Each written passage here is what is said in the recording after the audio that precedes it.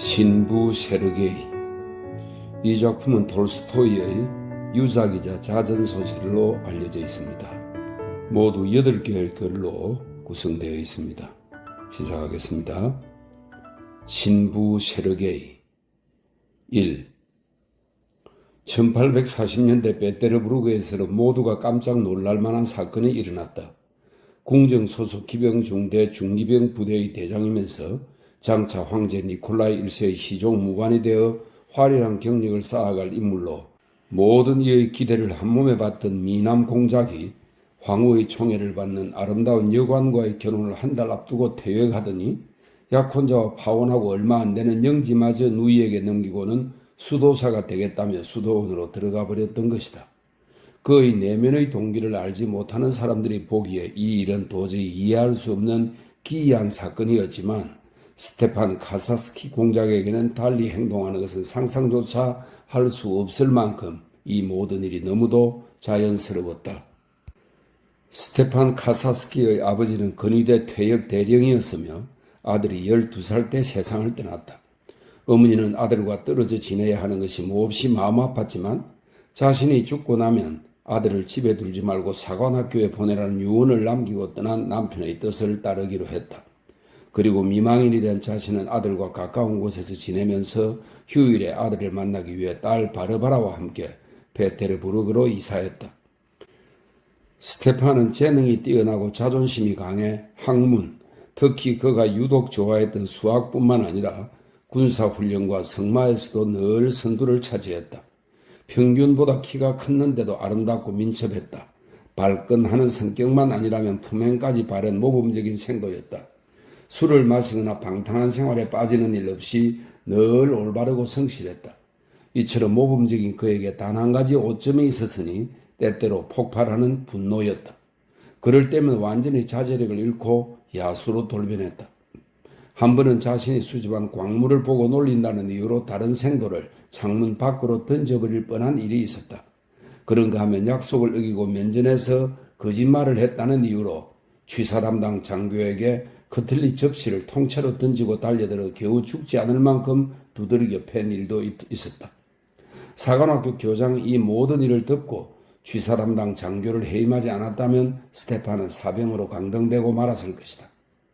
18살 되던 해에 스테판은 귀족 근위대 장교로 부임했다.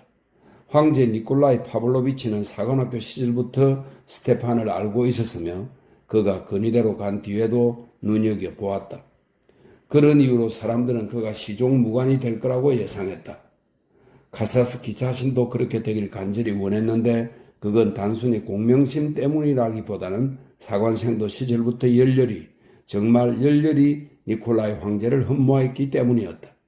니콜라이 황제는 사관학교를 자주 방문했는데 메부리 코 아래 콧수염을 기르고 구레나룻을 다듬고 큰 키에 군복을 입은 황제가 가슴을 쭉 펴고 경쾌한 걸음으로 들어와 우렁찬 목소리로 사관생도들과 인사하는 모습을 볼 때마다 카사스키는 훗날 사랑하는 사람을 만났을 때 느꼈던 과도 꼭 같은 황홀감을 느꼈다.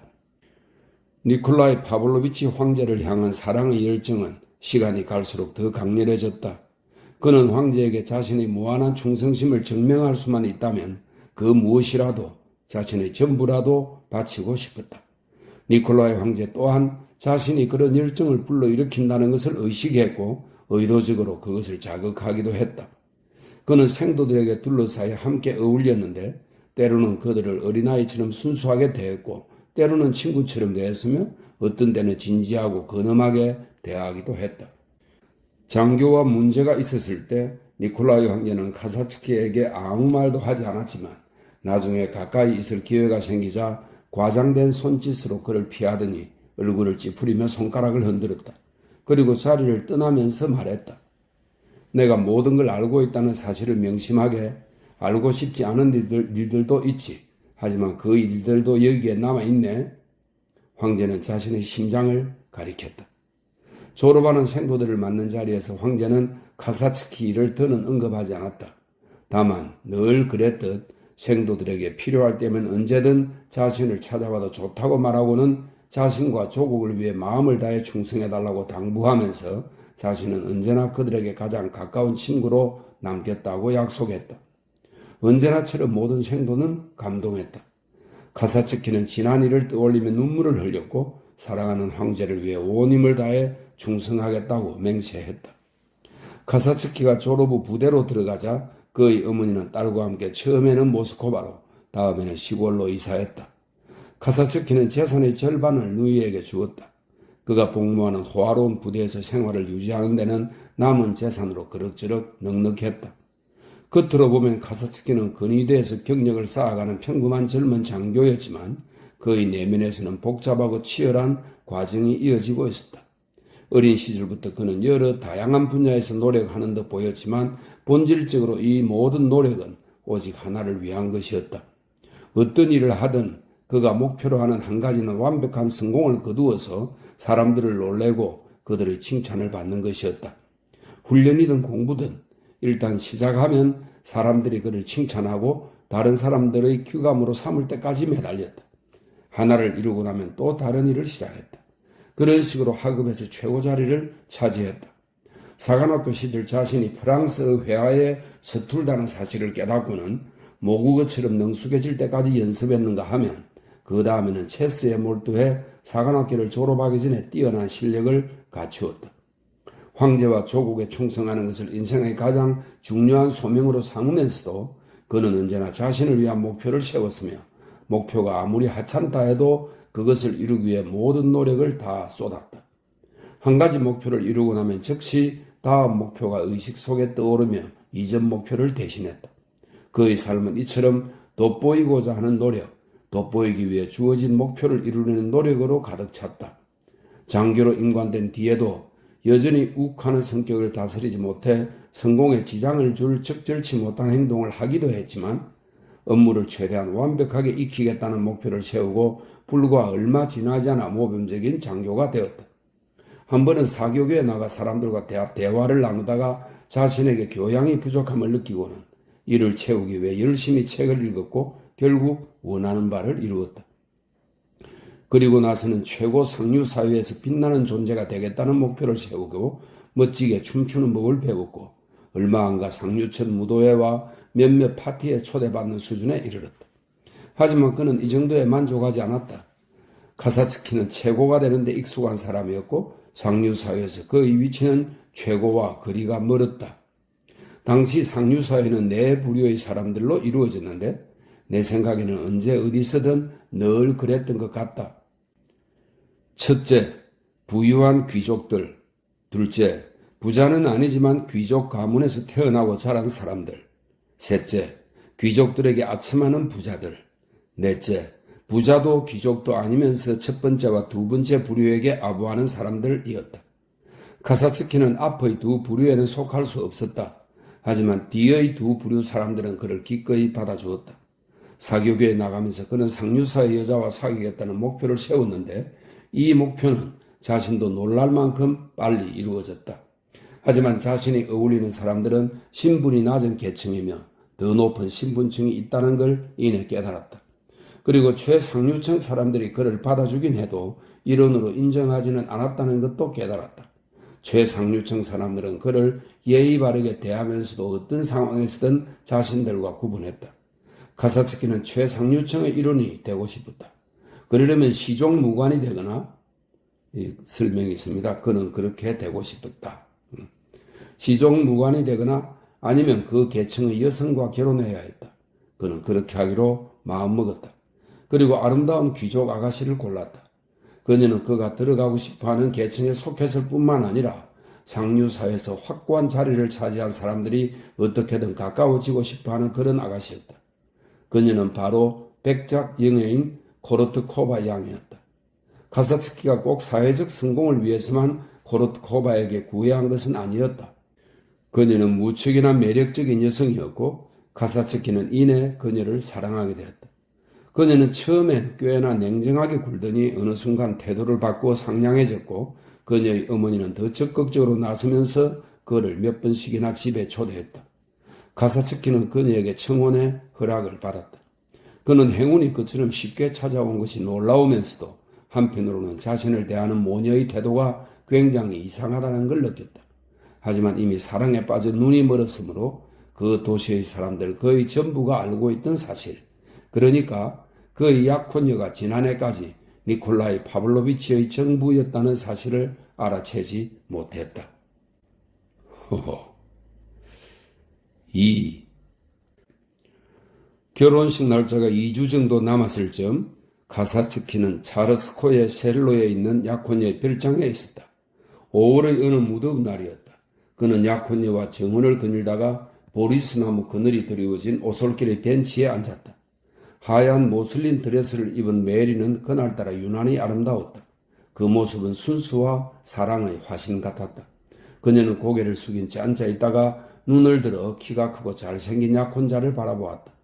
카사츠키는 자신의 몸짓 하나, 말 한마디가 혹여 약혼자의 천사 같은 순결함을 모욕하거나 더럽히지 않을까 걱정하면서 아주 다정하고 조심스럽게 그녀와 얘기를 나누었다. 카사츠키는 요즘은 찾아볼 수 없는 1840년대 남자들의 성향을 그대로 지녔는데 그들은 스스로에게는 불결한 관계를 당연히 허용하고 아무런 양심의 가책도 받지 않으면서 아내에게는 이상적이고 천사 같은 순결을 요구하는 사람들이었다. 그리고 자신이 속한 사회의 여자들 모두가 그처럼 순결하다고 여기면서 그들을 대했다. 남자들이 스스로에게 방탕함을 허용하는 이런 시각에는 분명 부당하고 해로운 요소가 많이 있지만 모든 여자를 짝을 찾는 암컷으로 보는 요즘 젊은이들의 시각과는 분명히 구분되는 이런 시각이 여자들과 관련지어 보면 유용한 면이 있다고 나는 생각한다. 여자들이 그런 식의 신격화를 인식하고 나면 여신과 비슷한 존재가 되려고 애쓰기 때문이다. 카사스키도 그런 시각으로 여성을 대하는 사람이었고 자신의 약혼녀도 그렇게 바라보았다. 그는 그날따라 약혼녀에게 더 없는 사랑을 느꼈지만 그 감정의 육체적 욕망은 조금도 없었다. 오히려 감히 다가갈 수 없는 대상을 바라보듯 찬미의 눈길로 그녀를 바라보았다. 카사스키는 커다란 몸을 쭉 펴고 일어나더니 두 손을 군도에 대고 그녀 앞에 섰다. 나는 이제야 한 인간이 느낄 수 있는 최고의 행복이 어떤 건지 알았어. 그대가, 아니 당신이 그 행복을 내게 준 거요. 그는 수줍게 웃으며 말했다. 그때까지 카사츠키는 약혼녀를 당신이라고 부르는 것이 익숙하지 않았는데 그녀가 도덕적으로 자신보다 더 고결하다고 생각했으므로 그 천사를 당신이라고 부르기가 두려웠던 것이다. 나는 당신 덕분에 나 자신을 알게 되었어. 내가 생각했던 것보다 더 괜찮은 사람이란 걸 말이요. 난 오래전부터 그 사실을 알고 있었어요. 그래서 당신을 사랑하게 되었죠. 바로 옆에서 꾀꼬리가 울어댔고 새파란 나무잎이 불어오는 산들바람에 이리저리 흔들렸다. 카사스키는 그녀의 손을 잡고 입을 맞추었다. 그의 두 눈에 눈물이 맺혔다. 자신을 사랑한다는 말이 고마워서 보인 눈물임을 그녀는 알 수 있었다. 그는 말없이 잠시 서성이다 다시 그녀 옆에 앉았다. 그대는, 아니 당신은, 뭐라고 부르든 마찬가지겠죠? 혹시 알고 있나요? 당신을 접근할 때 내겐 다른 목적이 있었어. 상류사회에 들어가고 싶었지요. 하지만 당신을 알고 나서는 이 모든 것이 당신에 비해 얼마나 하찮은지 깨달았어. 그런 내게 화나지 않소? 그녀는 아무 생각 없이 그의 손을 가만히 만지기만 했다. 카사스키는 그 행동이 아니요, 화나지 않아요 라는 뜻임을 알았다. 그런데 조금 전 당신이 그는 너무 무례한 말을 하는 것 같아 잠시 망설였다. 나를 사랑하게 되었다고 말했는데 아니 난 그 말을 믿지만 그렇지만 무엇인가가 당신을 불안하게 하고 괴롭히고 있어요. 그게 무엇이요? 그녀는 생각했다. 그래, 지금 말하지 않으면 다시는 기회가 없을 거야. 어차피 그도 알게 될 일이야. 이제 그는 날 떠나지 않을 거야. 그가 떠나버린다면 얼마나 끔찍할까.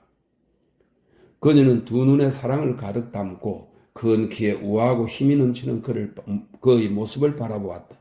이제 그녀는 니콜라이 황제보다 그를 더 사랑했고 황제라는 지위만 아니라면 그를 황제와 절대 바꾸고 싶지 않았다. 말할게요. 난 당신을 속일 수가 없어요. 다 말할게요. 그게 뭐냐고 물으셨죠? 한때 누군가를 사랑한 적이 있어요. 그녀는 애원하듯 그의 손 위에 자신의 손을 포겠다. 그는 잠자코 듣기만 했다. 그가 누구인지 알고 싶나요? 그래요.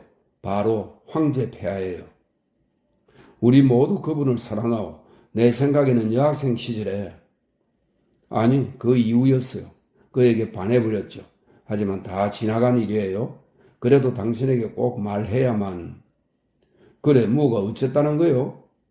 그러니까 그냥 단순한 사이가 아니었어요. 그녀는 두 손으로 얼굴을 감쌌다. 무슨 말이요? 그에게 몸이라도 허락했다는 거요? 그녀는 아무 말도 하지 않았다. 황제의 정부였소? 여전히 그녀는 대답하지 않았다. 그는 자리에서 벌떡 일어났다. 그녀 앞에 선 그는 죽은 사람처럼 얼굴이 하얗게 질렸고 두 뺨이 덜덜 떨렸다. 그 순간 넵스키 거리에서 만났을 때 다정하게 축하 인사를 건네던 니콜라이 황제의 모습이 떠올랐다. 아, 세상에 내가 무슨 짓을 한 건가요, 스티바? 손대지 마시오. 손대지 말라니까. 아, 이보다 더 큰 고통이 있을까? 그는 돌아서서 집으로 갔다. 그곳에서 그녀의 어머니와 마주쳤다. 무슨 일인가요, 공장님? 그녀는 그의 얼굴을 보고는 입을 다물었다. 그의 얼굴로 한꺼번에 피가 쏠렸다. 당신은 다 알고 있었으면서도 나를 이용해 모든 걸 덮으려고 했군요. 당신이 여자만 아니라면. 그는 이렇게 소리치며 그녀를 향해 커다란 주먹을 치켜들었다가 몸을 돌려 뛰쳐나갔다. 약혼녀의 정부가 평민이었다면 아마 그를 죽여버렸을 것이다. 하지만 상대는 그가 사랑하는 황제였다. 다음 날 그는 휴가를 내고 퇴역을 신청한 뒤 아무도 만나고 싶지 않은 마음에 아프다는 핑계를 대고 시골로 갔다. 그는 자신의 영지에서 이런저런 일을 처리하며 여름을 보냈다. 그리고 여름이 끝나자 베테르부르크로 돌아가는 대신 수도원으로 들어가 수도사가 되었다. 어머니는 그에게 극단적인 행동을 해서는 안 된다는 편지를 썼다. 하지만 그는 어머니에게 보내는 답장에서 신의 부르심은 다른 모든 판단 위에 존재하며 자신은 그것을 느끼고 있다고 썼다. 단 한 사람, 그 못지않게 자존심이 강하고 야심이 큰 누이만이 그를 이해했다. 그녀는 그가 수도사가 된 것이 자신에게 우울감을 가시하고 싶어하는 사람들보다 높은 위치에 서고 싶어서라는 걸 알았다.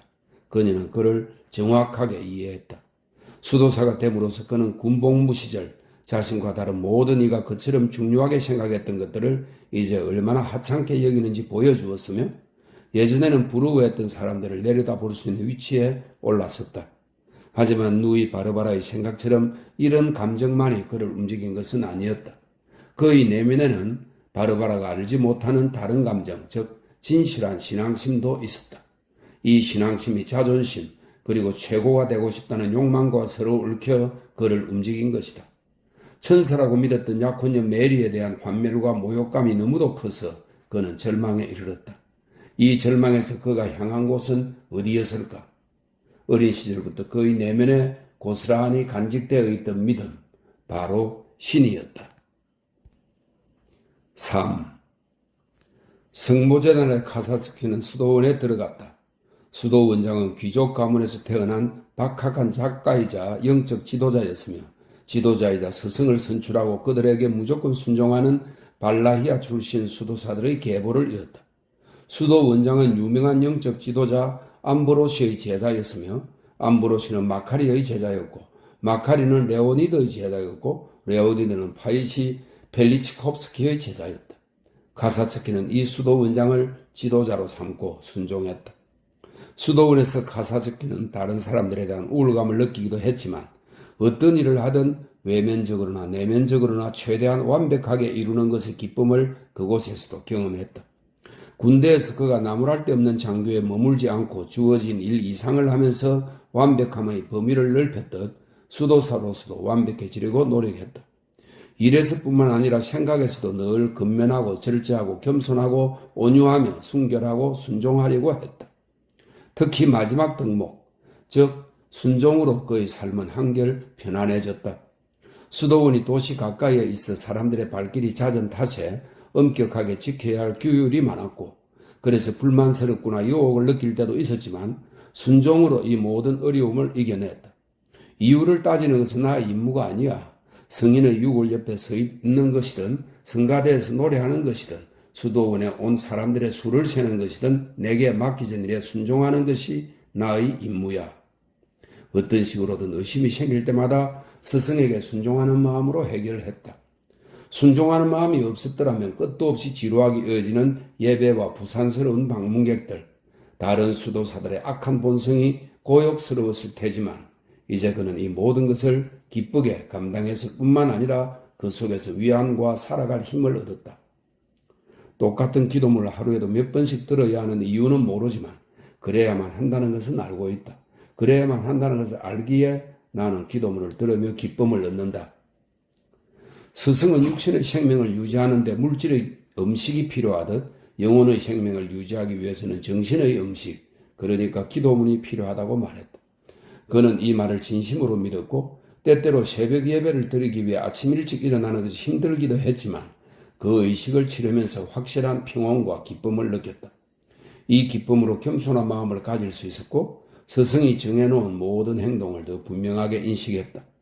그의 관심사는 자신의 의지를 더 강하게 누르고 더 겸손해지는 것에 그치지 않았으며 처음에는 다가가기 쉬워 보였던 그리스도의 모든 덕목을 실천하는 것에도 있었다. 카사츠키는 재산 전부를 수도원에 바치고도 전혀 아쉬워하지 않았으며 나태해지지도 않았다. 자신보다 낮은 사람들 앞에서 아무렇지 않게 스스로를 낮췄을 뿐 아니라 오히려 그러면서 기쁨을 느꼈다. 탐욕과 음란 같은 유욕의 죄도 어렵지 않게 이겨냈다. 스승은 특히 유욕의 죄를 경고했지만 카사츠키는 그 죄에서 벗어났다고 생각하며 기뻐했다. 그를 괴롭히는 단 한 가지는 약혼녀에 대한 기억이었다. 그냥 기억만 나는 것이 아니라 그 뒤에 일어날 수도 있었을 일이 생생하게 머릿속에 그려졌다. 그가 알던 한때 황제의 정부였던 여자가 다른 남자와 결혼해서 아름다운 아내가 되고 한 가정의 어머니가 되는 모습이 자신도 모르는 사이에 머릿속에 떠올랐다. 남편은 중요한 직책에 오르고 권력과 명예에 참여하는 선한 아내를 차지한다. 기분이 좋을 때는 이런 생각이 들어도 그리 괴롭지 않았다. 그럴 때 이런 생각이 떠오르면 유혹에서 벗어났다는 사실이 기쁠 뿐이었다. 하지만 눈앞의 삶이 갑자기 어두워 보일 때면 그동안 삶을 지탱했던 믿음과 확신이 흔들리면서 과거의 기억에 사로잡혔고 말하기 끔찍하지만 자신이 선택한 삶에 대한 후회가 밀려들었다. 이럴 때 그를 구원해 준 것은 오직 순종이었다. 일을 하며 하루를 기도로 채우는 것뿐이었다. 평소처럼 기도하고 절하고 심지어는 평소보다 더 열심히 기도하기도 했지만 그저 몸으로만 하는 기도일 뿐 거기에 영혼은 없었다. 이렇게 하루가 지나면 어떤 때는 이틀이 지나면 절로 괜찮아졌다. 하지만 그 하루나 이틀 동안이 정말 끔찍했다. 카사츠키는 그가 자신이나 신의 영역에서 벗어나 전혀 낯선 힘에 이끌리는 듯한 느낌이 들었다. 이럴 때 그가 할 수 있는 일은 스승의 가르침대로 스스로를 절제하면서 아무것도 하지 않고 기다리는 것뿐이었다. 이 기간 내내 카사츠키는 대체로 자신의 의지가 아닌 스승의 의지대로 살았고 이렇게 순종하면서 특별한 평안을 얻었다. 그렇게 카사츠키는 처음 들어간 수도원에서 7년을 보냈다. 3년째가 끝나갈 무렵 그는 삭발례를 치르고 세르게이라는 세례명을 받았다. 삭발례는 세르게이의 내면에 중요한 영향을 미쳤다. 그는 이전에도 성찬식이 거행될 때면 커다란 위안과 영혼의 고향을 경험했다. 그리고 이제 직접 미사를 집전하고 봉헌 기도를 올리게 되자 더 큰 환희와 감동을 느꼈다. 하지만 시간이 지나면서 이런 감정도 점점 무뎌졌으며 한 번은 침울한 기분으로 미사를 집전하는데 이런 감동이 결국은 사라져버릴 거라는 느낌이 들었다. 실제로 이 감정은 점차 희미해지더니 나중에는 그저 습관으로만 남았다. 수도원 생활이 7년째 접어들자 세르게이는 무료해졌다. 배워야 할 것을 다 배웠고 이루어야 할 것도 다 이루어서 더는 할 것이 없었다. 그러면서 그의 영혼은 외부의 자극에 점점 더 무감각해졌다. 이 시기에 어머니의 죽음과 누이 메리의 결혼 소식을 들었지만 이 두 소식 모두 그를 덤덤하게 받아들였다. 그리고 내면의 삶에 모든 관심과 흥미를 집중했다. 신부가 된 지 4년째 되던 해 세르게이는 주교의 특별한 총애를 받았다. 그런 세르게이에게 스승은 더 높은 직책이 주어지더라도 거절해서는 안 된다고 말했다. 이전까지 다른 수도사들에게서 발견할 때마다 그토록 혐오스러웠던 야심이 이제 그의 마음속에서도 모습을 드러냈다. 세르게이는 대도시 근처 수도원에 임명받았다. 세르게이는 거절하고 싶었지만 스승은 그 결정을 받아들이라고 명했다. 그는 임무를 받아들였고 스승과 헤어져 다른 수도원으로 떠났다. 대도시 근교 수도원으로 옮긴 것은 세르게의 인생에서 중요한 사건이 되었다. 그곳에서 그는 온갖 유혹을 만났고 온 힘을 다해 이를 물리쳐야 했다. 예전 수도원에서는 여자가 세르게이에게 별다른 유혹이 되지 않았는데 새 수도원에서는 무시무시한 유혹으로 다가왔고 급기야는 명확한 형태를 띠기까지 했다.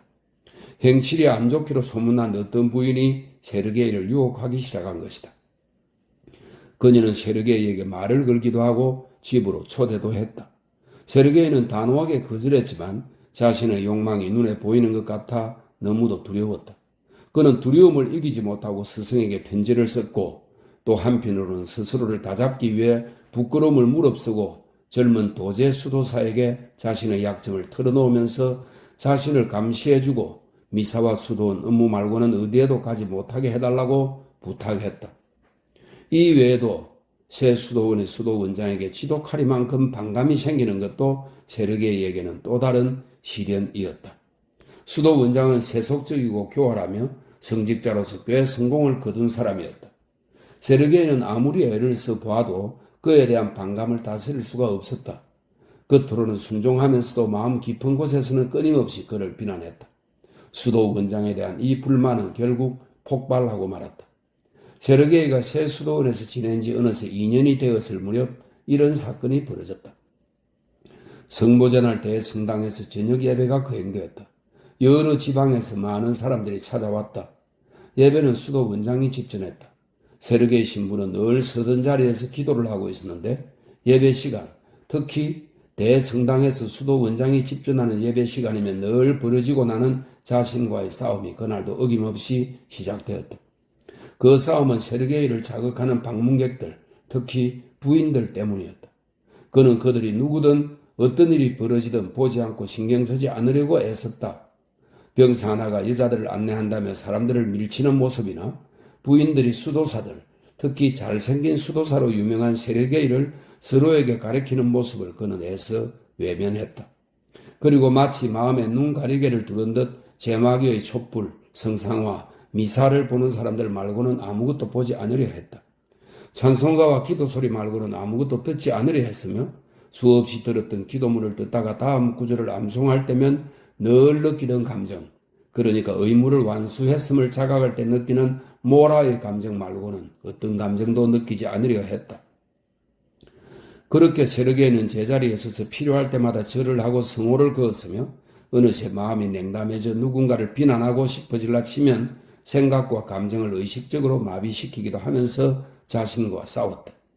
그때 성구를 관리하는 니코딤 신부가 다가오더니 허리를 깊숙이 굽혀 절을 하고는 수도 원장이 그를 제단으로 부른다고 전했다.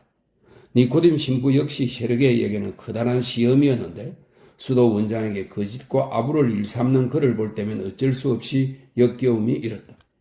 세르게이 신부는 망토의 매무새를 고치고 두건을 쓴 뒤 조심스럽게 사람들을 헤치며 걸어갔다. 리자, 오른쪽 좀 봐요. 그 사람이에요. 여자의 목소리가 들렸다. 어디요? 어디요? 별로 잘생기지는 않았는데요. 세르게이는 여자들이 자기 얘기를 하고 있다는 걸 알았다. 그 소리를 듣자 세르게이는 시험이 닥치는 순간마다 그랬듯이 기도문을 몇 번이고 되풀이했다. 우리를 시험에 들지 말게 하옵소서.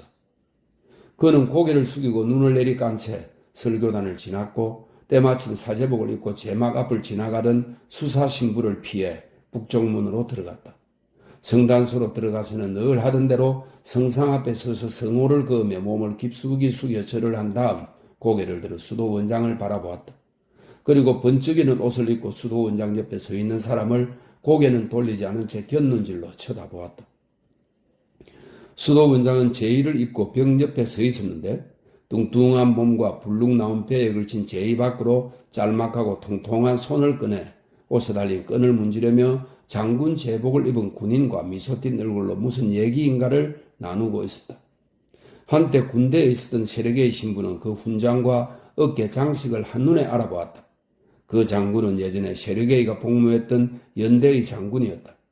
그는 한눈에 보기에도 이제 요직을 차지한 것 같았는데 수도원장이 이 사실을 의식하고 그 불그레하고 이마가 벗겨지고 살찐 얼굴을 빛내며 기뻐하고 있다는 걸 세르게이는 대번에 알아챘다. 이 사실에 세르게이는 참기 힘든 모욕감을 느꼈고 수도 원장이 자신을 부른 이유가 다름 아닌 그의 표현을 빌리면 예전 동료를 보고 싶어하는 장군의 호기심을 채워주기 위해서라는 얘기를 듣자 분노는 더 커졌다. 천사 같은 자네 모습을 보니 정말 기쁘군. 장군이 손을 내밀며 말했다. 옛 동료를 잊진 않았겠지. 장군이 하는 말에 맞장구라도 치듯 불그레한 얼굴 가득 미소를 짓는 백발이 승승한 수도 원장.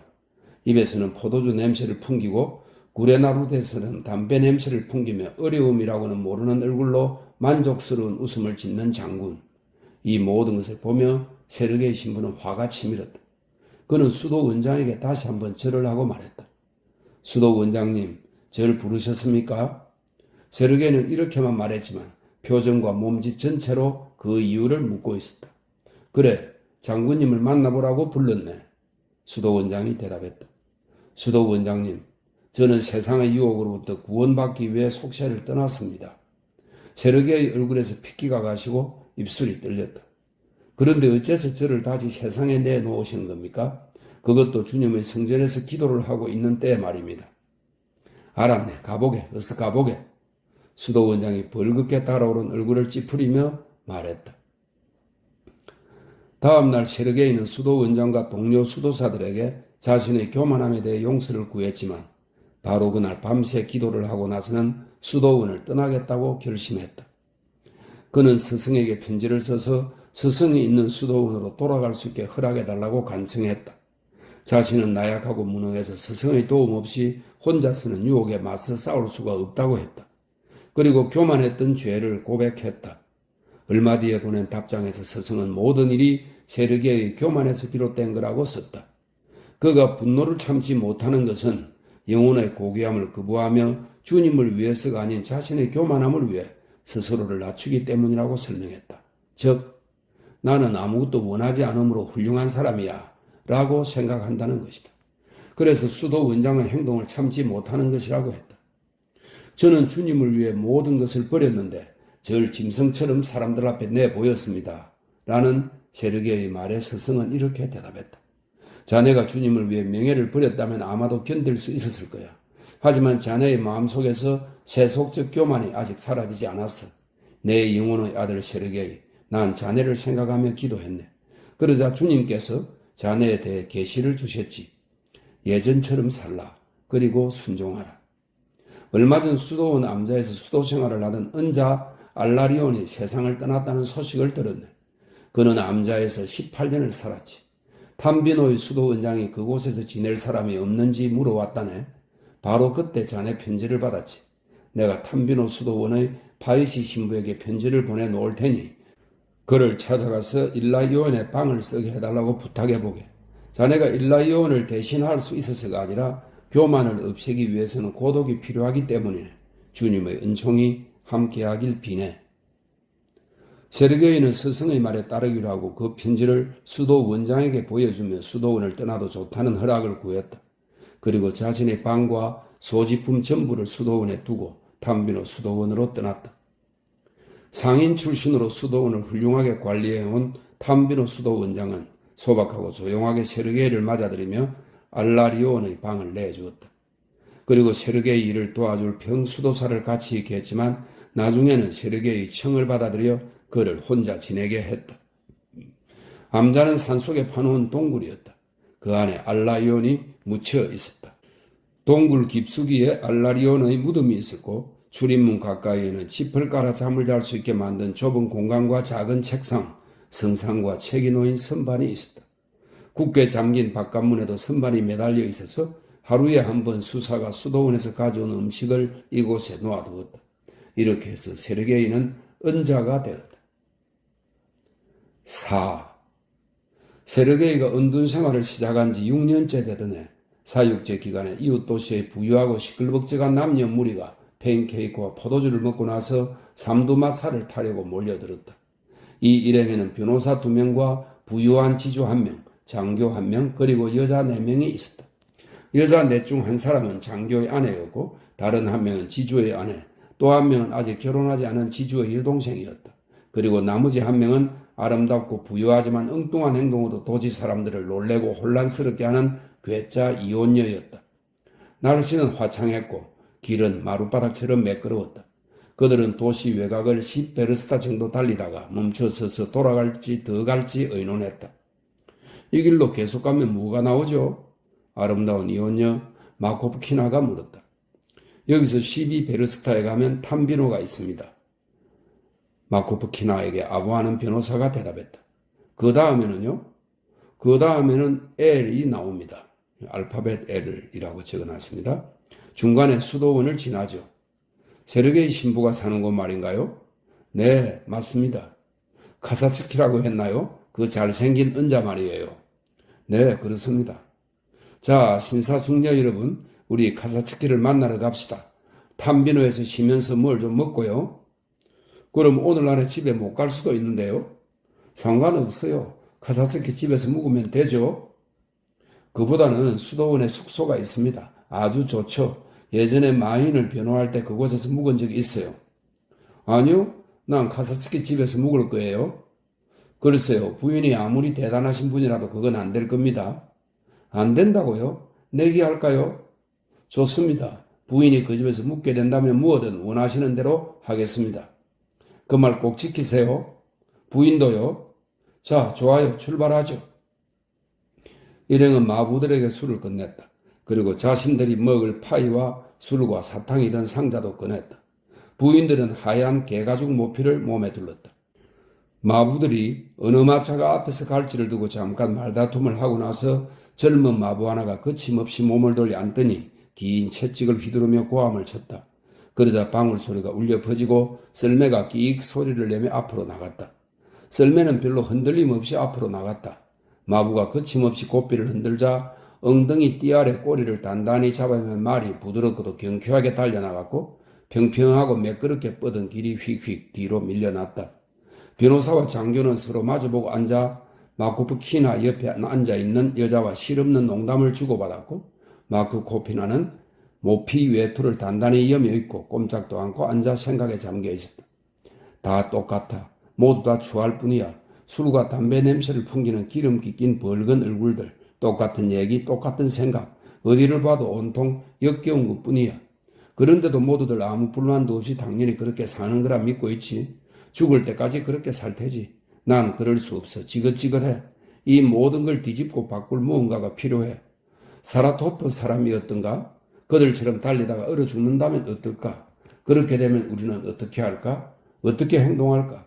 보나마나 비겁해지겠지? 다들 자기만 살려고 할 거야. 그래, 나도 비겁해질 거야. 하지만 적어도 난 아름답잖아. 저들도 다 알고 있어. 그런데 그 수도사는 어떨까? 정말 아무 관심이 없을까? 그럴 리가 없지. 남자들이 관심 갖는 건 오직 그거 하나잖아.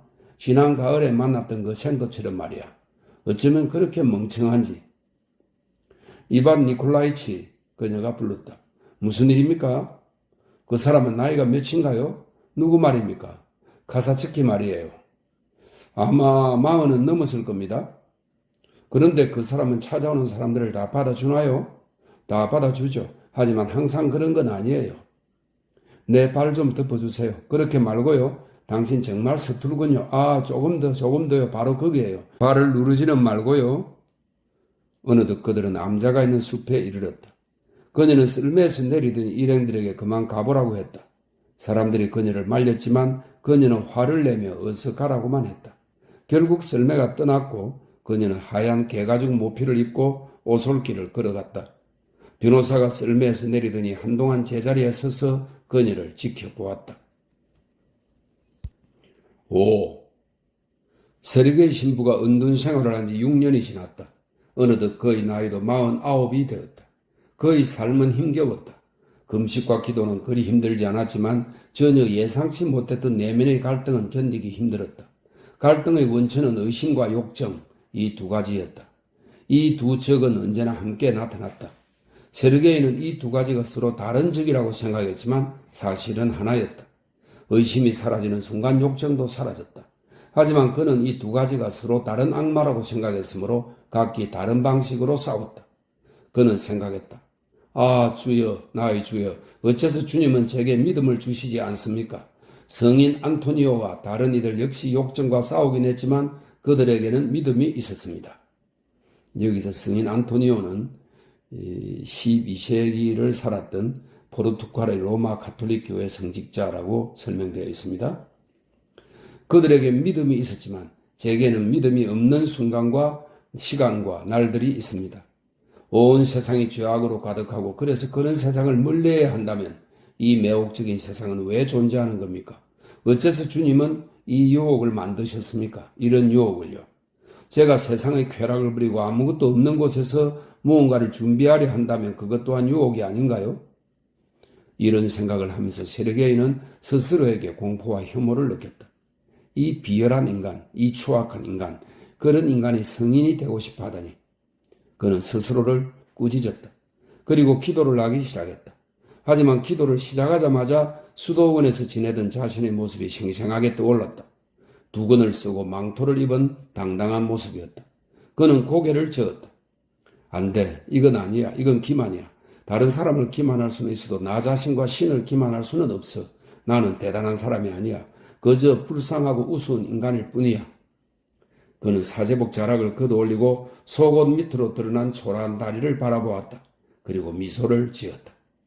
그런 다음 세르게이는 옷자락을 다시 내리고 기도문을 읽으며 성호를 걷고 절을 했다.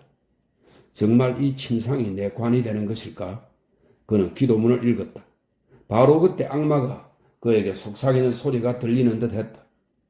홀로 지내는 침상이 바로 관이지. 다 거짓일 뿐이야. 예전에 함께 지냈던 과부의 어깨가 그의 상상 속에서 보였다. 그는 고개를 흔들고 기도문을 다시 읽었다. 계명을 다 읽고 나서 복음서를 집어 책장을 펼쳤다. 마침 그가 자주 읽어서 이제 외우는 부분이 나왔다. 주여 믿습니다. 불신에 빠지지 않게 도우소서. 그는 모습을 드러낸 모든 의심을 떨어내버렸다.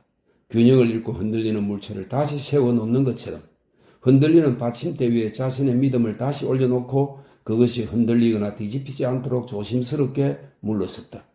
눈앞의 의욕이 다시 그치자 마음이 평온해졌다. 어린 시절 하던 기도를 되뇌어 보았다. 주여 저를 받아주소서. 저를 받아주소서. 그러자 마음이 가벼워졌을 뿐만 아니라 기쁘고 감격스럽기까지 했다.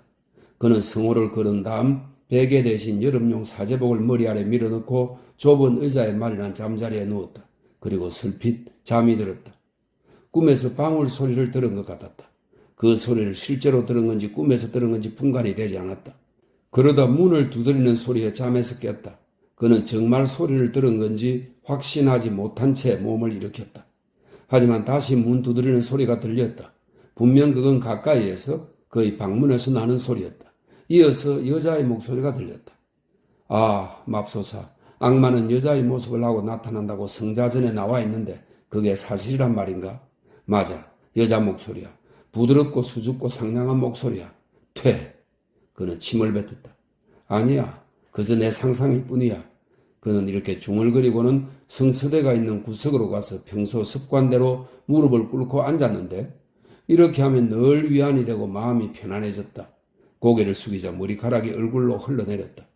그는 서늘한 바닥에 깔린 축축하고 차가운 줄무늬 깔개에 이미 벗겨지기 시작한 이마를 댔다. 세르게이는 늙은 피맨 신부가 유혹에서 벗어나는 데 도움이 되었다고 했던 시편을 읽었다.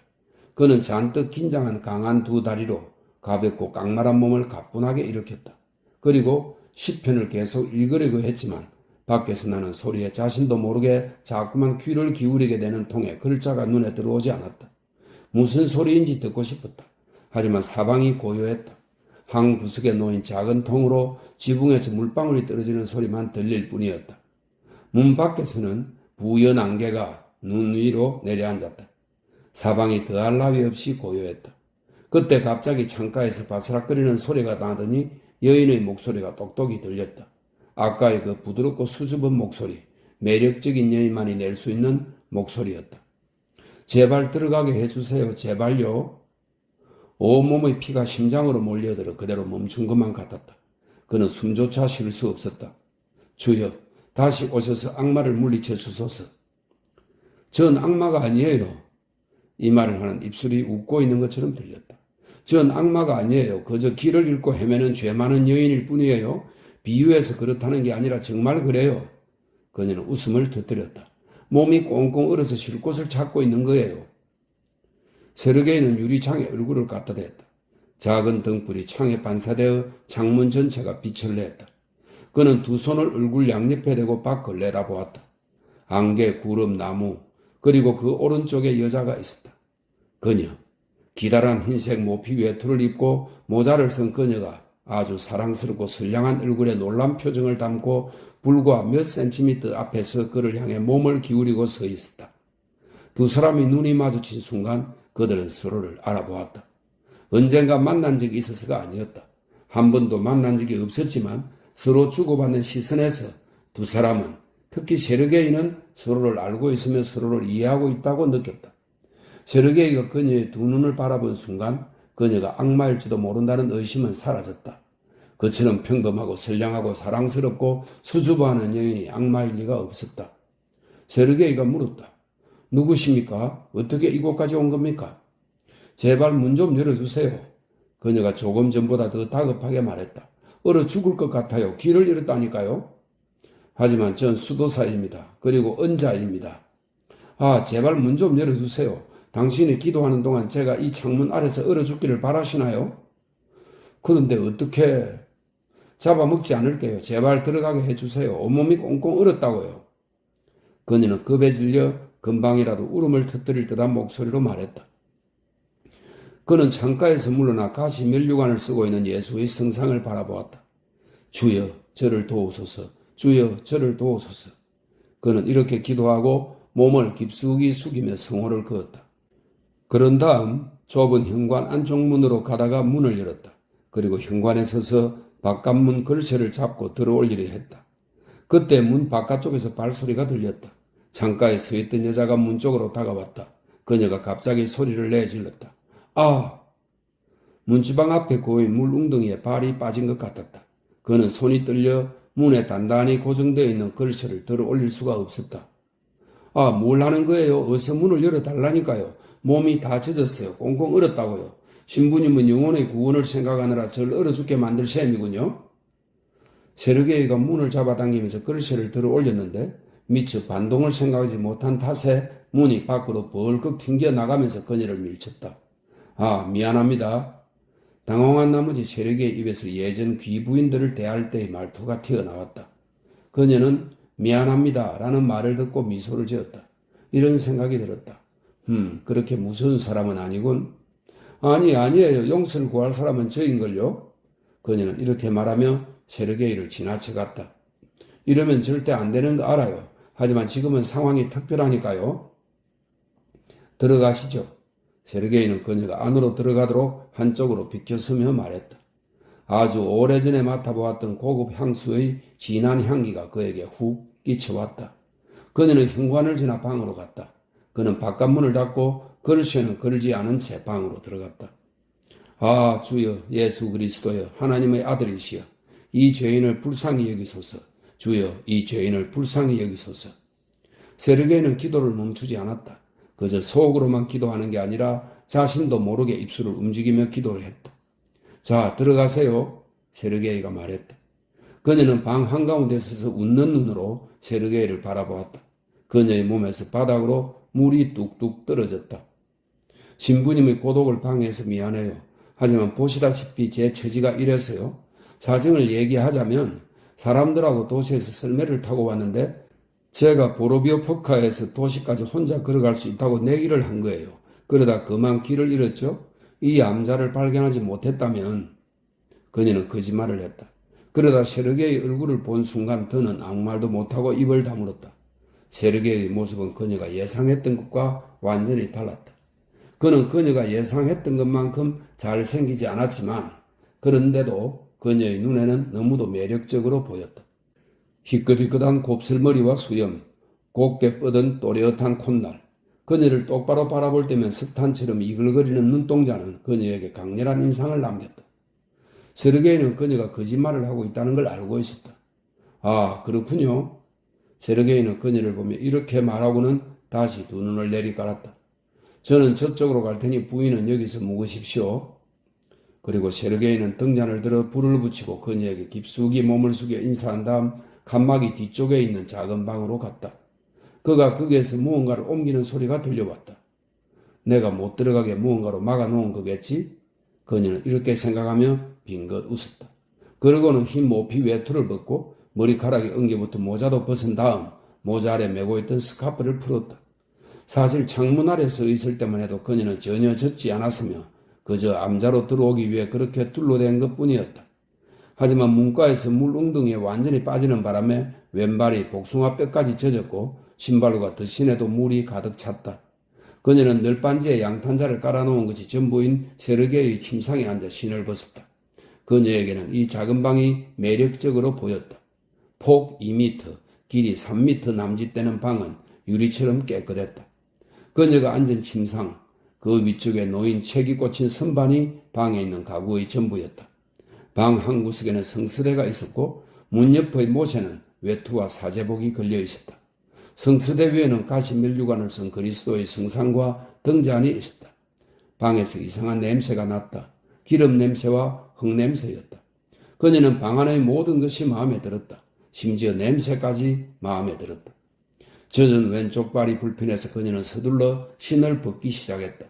그러면서도 얼굴에 미소가 가시지 않았는데 목적을 이루었다는 사실보다는 그 매력적이고 신비롭고 이상하게 마음을 끄는 남자가 자신 때문에 당황하는 모습을 본 것이 기분이 좋았다. 그래, 무슨 반응을 보여준 건 아니지만 아무렴 어때? 그녀는 중얼거렸다. 세르게이 신부님, 세르게이 신부님, 이렇게 부르는 게 맞나요? 무슨 일인가요?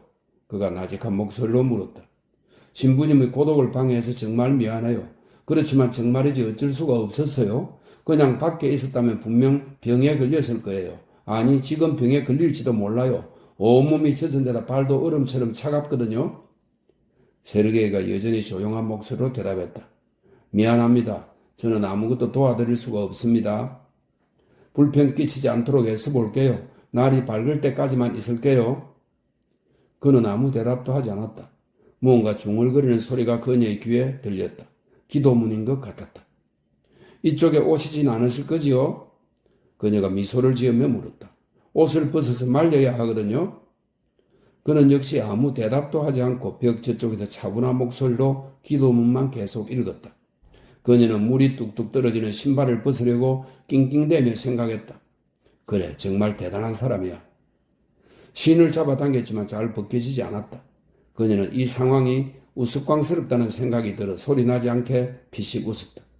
하지만 다음 순간 그가 웃음소리를 듣는다면 그녀가 원했던 것처럼 마음이 움직일 거라는 생각이 들었고 그래서 더 크게 소리내어 웃었다. 그 명랑하고 자연스러우며 선량한 웃음소리는 정말 그녀가 바라던 그대로 세르게의 마음을 움직였다. 그녀는 생각했다. 그래, 저런 남자라면 사랑할 수 있어. 그 두 눈을 좀 봐. 정직하고 고길해 보이며 기도문을 중얼거리고 있을 때도 열정이 그대로 드러나는 얼굴을 봐. 우리 여자들 눈은 못 속이지. 유리창에 얼굴을 대고 날 보았을 때 그는 모든 것을 이해하고 알았던 거야. 무언가가 번쩍 빛을 내며 그의 두 눈에 들어왔던 거야. 그는 사랑에 빠졌고 날 원했어. 맞아, 날 원했어. 그녀는 이렇게 중얼거리며 마침내 덧신과 신을 벗고 이제 양말을 벗기 시작했다. 고무줄이 달린 긴 양말을 벗으려면 치마를 걷어 올려야 했다. 그녀는 부끄러워져서 말했다. 이쪽으로 오시면 안 돼요. 하지만 벽 뒤에서는 아무 대답도 없었다. 차분하게 중얼거리는 소리가 이어졌고 몸을 움직이는 소리도 났다. 그녀는 생각했다. 땅에 엎드려 기도를 하고 있는 거야. 고개를 들지도 않고 말이야. 그도 나를 생각하고 있어. 내가 그를 생각하는 것처럼 그렇게. 바로 그런 감정으로 그는 이 다리를 생각하고 있는 거야.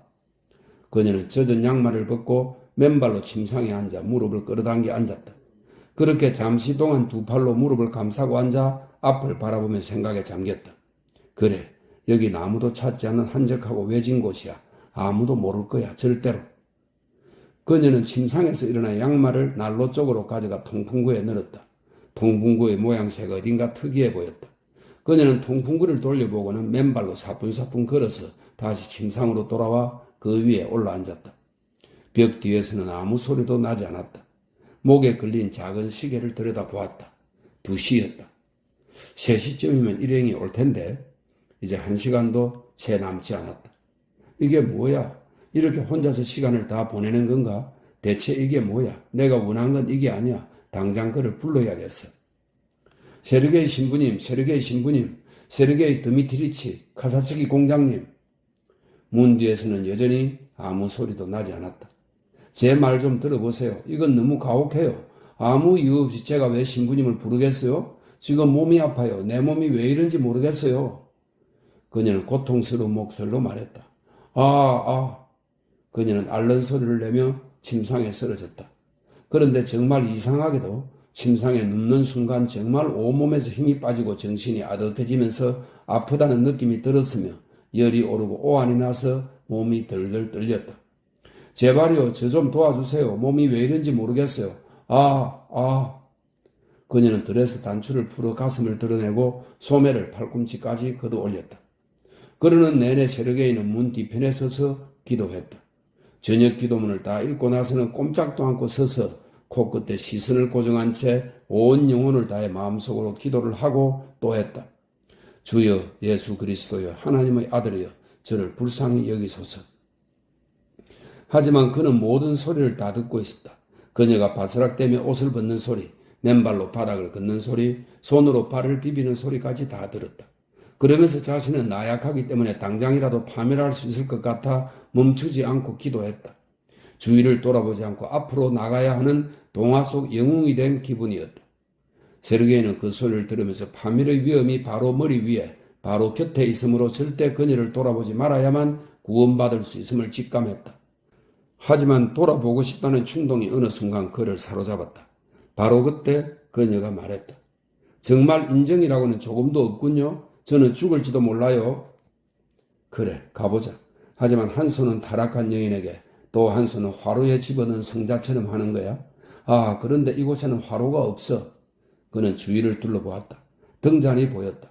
그는 손가락을 들어 불 위에 놓고 고통을 참기 위해 얼굴을 찡그렸다.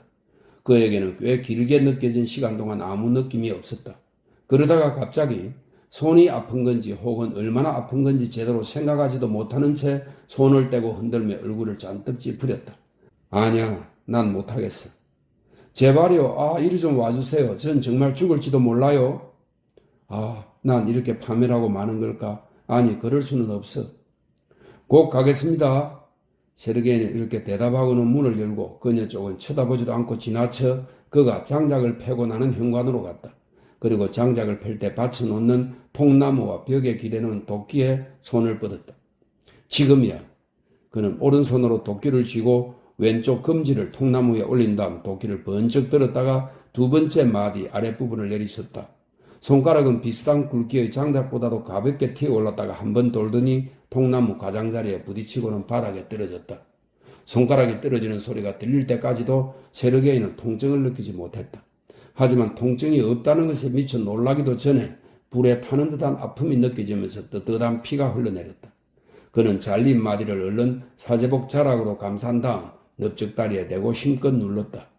그리고 방으로 들어가 여자 앞에 서서 눈을 내리 깔고 조용히 물었다. 무슨 일입니까? 그녀는 세르게이의 창백해진 얼굴과 떨리는 왼쪽 뺨을 바라보다가 갑자기 부끄러워졌다. 그래서 자리에서 벌떡 일어나 모피 외투를 집어 몸에 두르고는 옷깃을 여몄다. 제가 아파서 감기에 걸렸는데 세르게이 신부님, 세르게이는 잔잔한 기쁨으로 빛나는 눈을 들어 그녀를 바라보며 말했다. 사랑하는 자매여, 어째서 자신의 꺼지지 않을 영혼을 파멸시키려 합니까? 이 세상에 분명 유혹이 있다 해도 유혹에 굴복하는 자는 불행해지고 마는 것을 우리를 용서해달라고 주님께 기도하세요. 그녀는 이 말을 듣고 세르게이를 쳐다보았다. 바로 그때 무언가가 뚝뚝 떨어지는 소리가 들렸다. 자세히 보니 세르게이 손에서 사제복을 타고 피가 흐르는 것이 눈에 들어왔다. 손이 왜 그렇게 된 거예요? 그녀는 조금 전 들었던 소리가 생각나 등잔을 집어들고 현관으로 뛰어나갔다. 그곳 바닥에 피에 흥건히 젖은 손가락이 있었다. 그녀는 세르게이보다 더 창백해진 얼굴로 돌아왔다. 무슨 말인가를 하려고 했지만 세르게이는 조용히 뒷방으로 들어가더니 문을 잠갔다. 용서해 주세요. 어떻게 해야 저희 죄를 용서받을 수 있을까요? 그녀가 말했다. 가십시오. 제가 상처를 싸매드릴게요. 어서 가라니까요. 그녀는 서둘러 조용히 옷을 입었다. 모피 외투를 입고 떠날 채비를 한 다음 자리에 앉아 기다렸다. 밖에서 방울 소리가 들렸다. 세르게이 신부님, 저를 용서해 주세요. 가십시오. 주님께서 용서하실 겁니다. 세르게이 신부님, 이제부터는 다른 삶을 살겠어요. 저를 버리지 말아주세요. 가십시오. 저를 용서해 주세요. 그리고 제게 축복을 내려주세요. 성부와 성자와 성령의 이름으로 칸막이 뒤에서 세르게이의 목소리가 들려왔다. 자, 어서 가십시오. 그녀는 흐느끼 울면서 암자를 나왔다. 변호사가 그녀 쪽으로 다가왔다. 아, 제가 진 것 같군요. 어쩔 수 없죠. 어디에 앉으시겠습니까? 어디든 상관없어요. 그녀는 집에 도착할 때까지 한마디도 하지 않았다. 1년 뒤 그녀는 삭발제를 올리고 수녀원에 들어갔으며 가끔 그녀에게 편지를 보내주던 은자 아르세니 밑에서 엄격한 수도 생활을 시작했다. 6. 세르게이 신부는 그로부터 7년 더 은둔 생활을 했다. 처음에 그는 차, 설탕, 흰빵, 우유, 옷, 장작 등 사람들이 가져다주는 물건 대부분을 받아들였다. 하지만 시간이 갈수록 더욱 금욕적인 삶을 살게 되면서 불필요한 물건을 거절했으며 나중에는 일주일에 한 번 흑빵을 받는 것 말고는 아무것도 받지 않았다. 다른 물건들은 그를 찾아오는 가난한 사람들에게 모두 나누어 주었다. 세르게이 신부는 암자에서 기도를 하거나 점점 그 수가 늘어나는 방문자들과 대화를 하며 대부분의 시간을 보냈다. 1년에 3번 정도만 교회에 갔고 그 외에는 물과 장작이 떨어질 때만 밖에 나갔다. 마코프키나 사건이 일어난 것은 세르게이 신부가 은둔 생활을 시작한 지 5년이 지났을 무렵이었다. 한밤중에 마코프키나가 암자로 찾아온 일과 그 후 그녀가 다른 삶을 살기로 하고 수녀원에 들어간 일은 순식간에 사람들에게 알려졌다.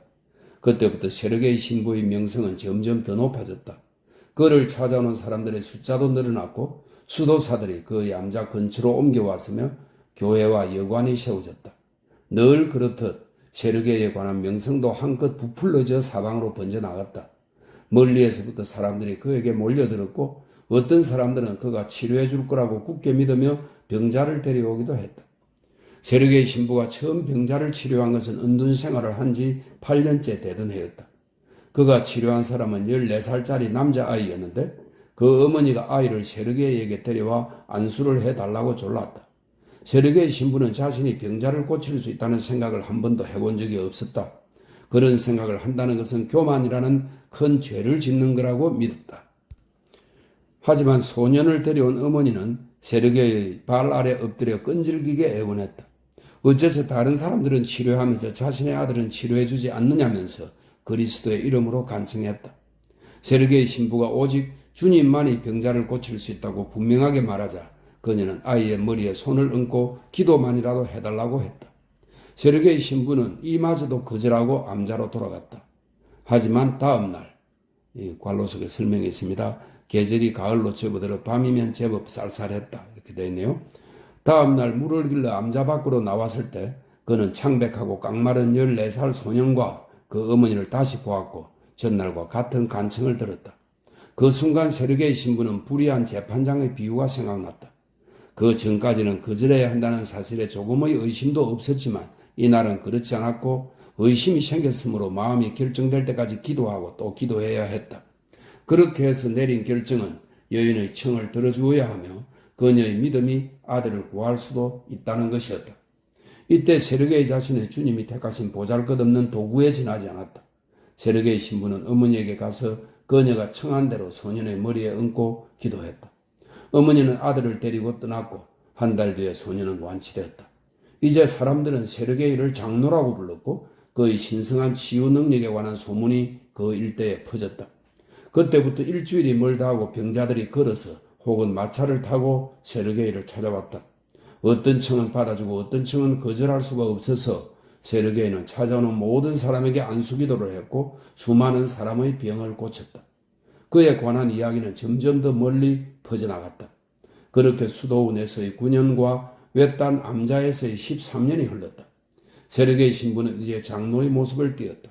길게 자란 턱수염이 하얗게 샜지만 머리카락은 숱이 별로 없긴 해도 여전히 검고 고불거렸다. 7. 벌써 몇 주째 세르게이 신부는 머릿속을 떠나지 않는 한 가지 생각에 사로잡혀 지냈다.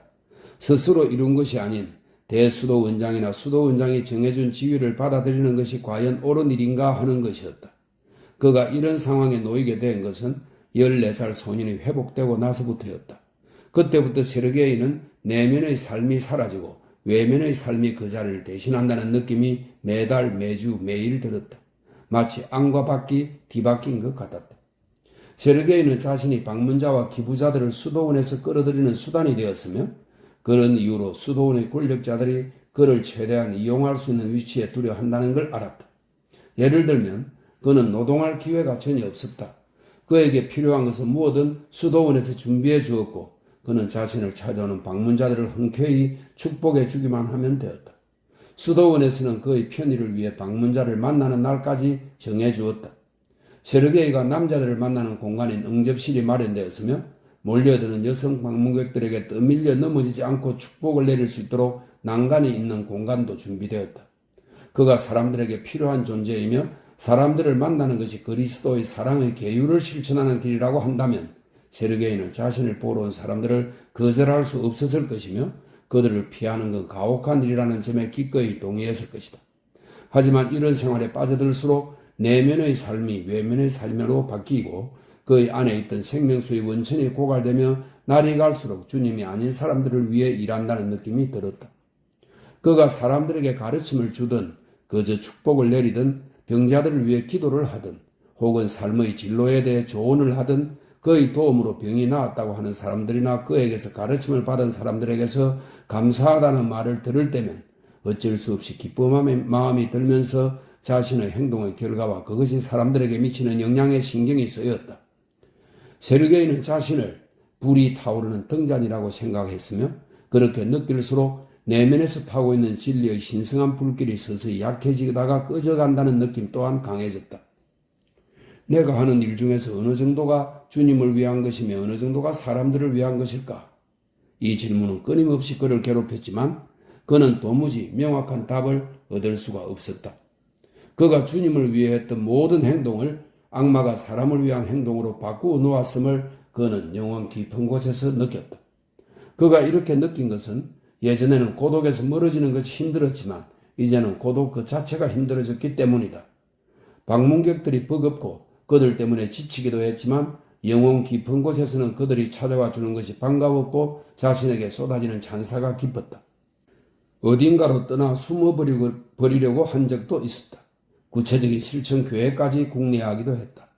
필요한 사람에게 줄 거라고 둘러대면서 농부가 입는 셔츠와 바지, 외투, 모자를 준비했다. 언젠가 이 옷을 입고 머리를 깎고 떠나리라고 생각하면서 옷들을 방에 보관해 놓았다. 일단 기차를 타고 300베르스타쯤 간 뒤 이 마을 저 마을을 다녀볼 작정이었다. 그는 한때 군인이었던 늙은 뜨돌이 남자에게 어떻게 돌아다니는지, 먹을 것과 잠자리는 어떻게 얻는지 등을 세세히 캐물었다.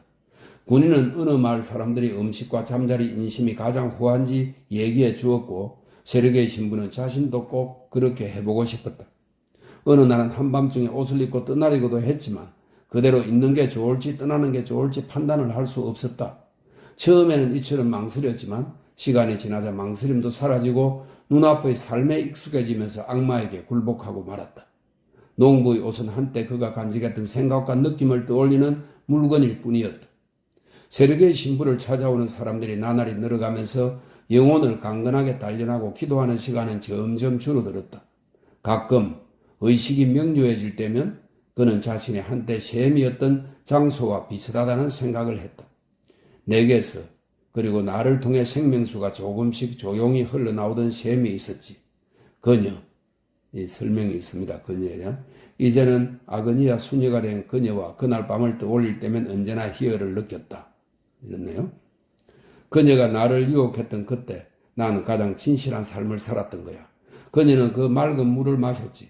하지만 그 뒤로는 사람들이 먼저 물을 먹으려고 서로 밀치며 몰려드는 탓에 물이 미쳐 고일 틈이 없어졌어. 그들이 온통 짓밟아 놓아서 이제 진흙탕만 남았어. 아주 가끔 의식이 명료해질 때면 이런 생각이 들었다. 하지만 대부분의 시간에는 그저 피곤하기만 할 뿐이었고 그런 자신이 안쓰럽기도 했다. 부활제 제4주를 하루 앞둔 어느 봄날이었다. 세르게이 신부는 자신의 동굴 예배당에서 저녁 예배를 드리고 있었다.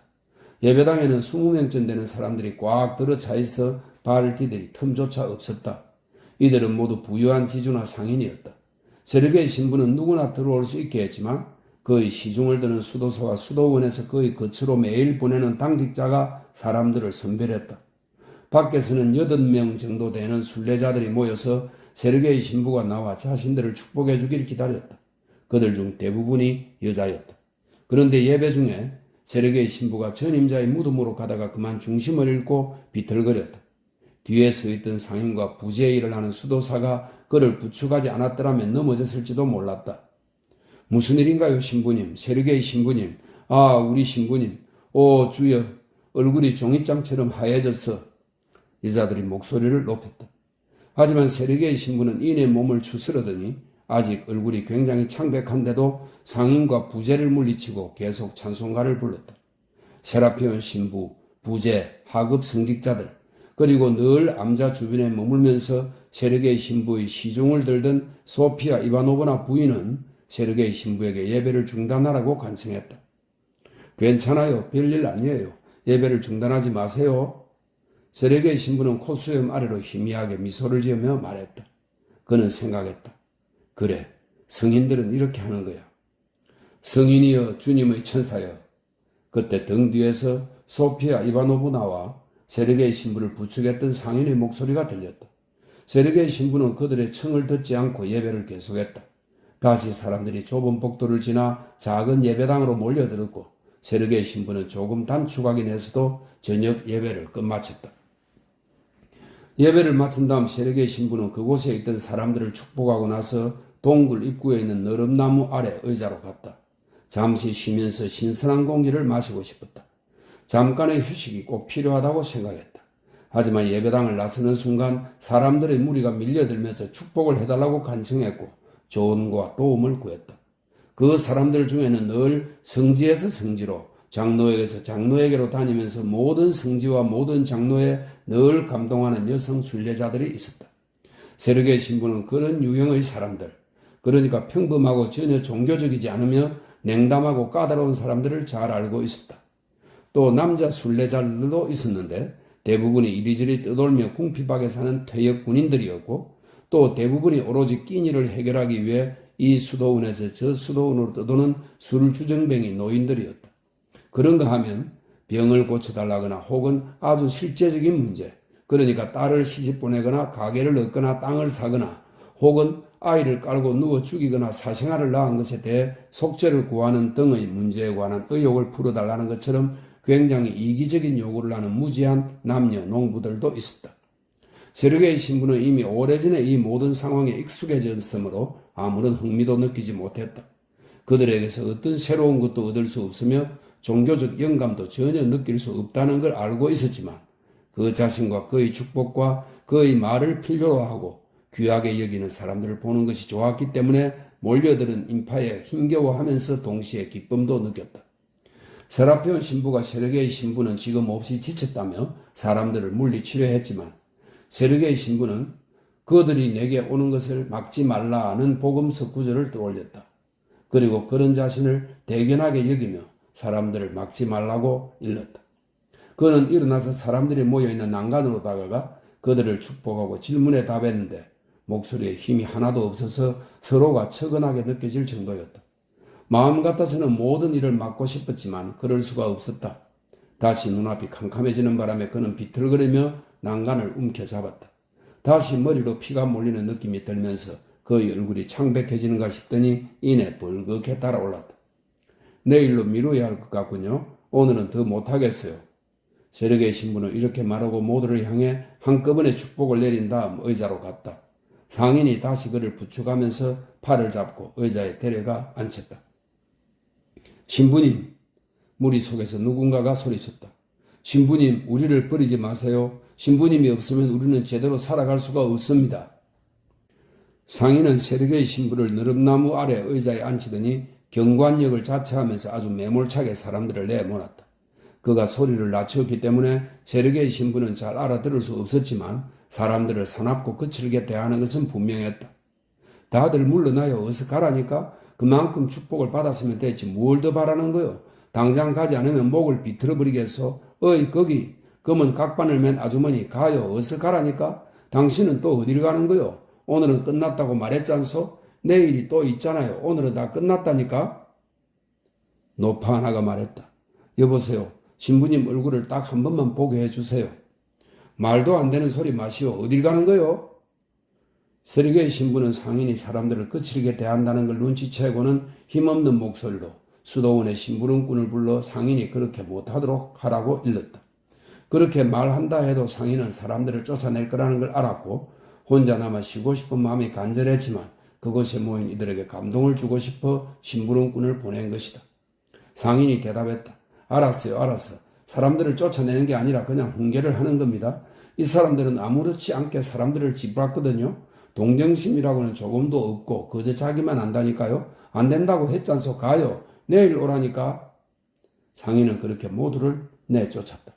상인이 그렇게 열심히 사람들을 쫓아낸 것은 질서를 좋아하고 사람들을 괴롭히고 몰아내는 걸 재미있어해서이기도 했지만 더 큰 이유는 그에게 세르게이 신부가 필요했기 때문이었다. 호랍인 그에게는 시집 안 간 병든 외동딸이 있었다. 그는 세르게이 신부에게 딸의 치료를 부탁하려고 1400베르스타나 되는 길을 왔던 것이다. 그는 딸의 병을 고치려고 2년 동안 이곳저곳을 다 찾아다녔다. 처음에는 현청 소재지에 있는 대학병원에 가보았지만 별 효과를 보지 못했다. 다음에는 사마라 현에 사는 농부에게 딸을 데리고 갔고 약간 효과를 봤을 뿐이다.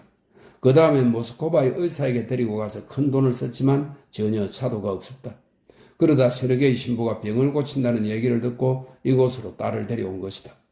이제 사람들을 다 내쫓고 나서 상인은 세르게이 신부에게 다가가 다짜고짜 무릎을 꿇더니 쩌렁쩌렁한 목소리로 말했다. 거룩하신 신부님, 제 병든 딸을 축복해 주셔서 고통스러운 병을 치유받게 해 주십시오. 감히 신부님의 성스러운 발 앞에 엎드려 간청합니다. 상인은 이렇게 말하고 두 손을 포겼다. 그는 마치 자신이 법규와 관습으로 명료하고 정확하게 정해진 바를 따르는 것이며 그 밖에 다른 방식으로는 딸의 치료를 간청할 수 없는 것처럼 이 모든 말과 행동을 했다. 그가 어찌나 확신에 차서 말하고 행동하든지 세르게이 신부조차도 상인이 그렇게 하는 것이 마땅하다고 느낄 정도였다. 세르게이 신부는 상인에게 그만 일어나서 어떤 사정인지 얘기해 보라고 했다. 상인은 자기 딸이 22살 처녀인데 2년 전 어머니가 갑작스럽게 세상을 떠나자 병이 들었다고 했다. 상인의 표현을 빌리면 어머니가 죽고 나서 몹시 슬퍼하다가 정신이 이상해졌다는 것이다. 그래서 딸을 데리고 1400베르스타나 되는 길을 왔으며 딸은 여인숙에서 세르게이 신부가 부르기만을 기다리고 있다고 했다. 딸은 빛을 무서워하기 때문에 낮에는 다니지 않고 해가 진 다음에만 밖으로 나올 수 있다고도 했다. 몸이 많이 약한 건가요? 세르게이 신부가 물었다. 아니요, 특별히 약한 건 아닙니다. 꽤 통통한 편이죠. 의사 말로는 신경쇠약이라고 합니다만. 신부님 오늘 제 딸을 데려오라는 분부만 내리시면 제가 당장 가서 데려오겠습니다. 거룩한 신부님, 부모의 마음을 헤아려 주셔서 다시 대를 잇게 해 주십시오. 신부님의 기도로 제 아픈 딸을 구원해 주세요. 상인은 다시 한번 털썩 무릎을 꿇고 앉더니 두 손을 모아쥐고 머리를 숙인 채 꼼짝도 하지 않았다. 세르게이 신부는 이번에도 상인에게 일어나라고 일렀다.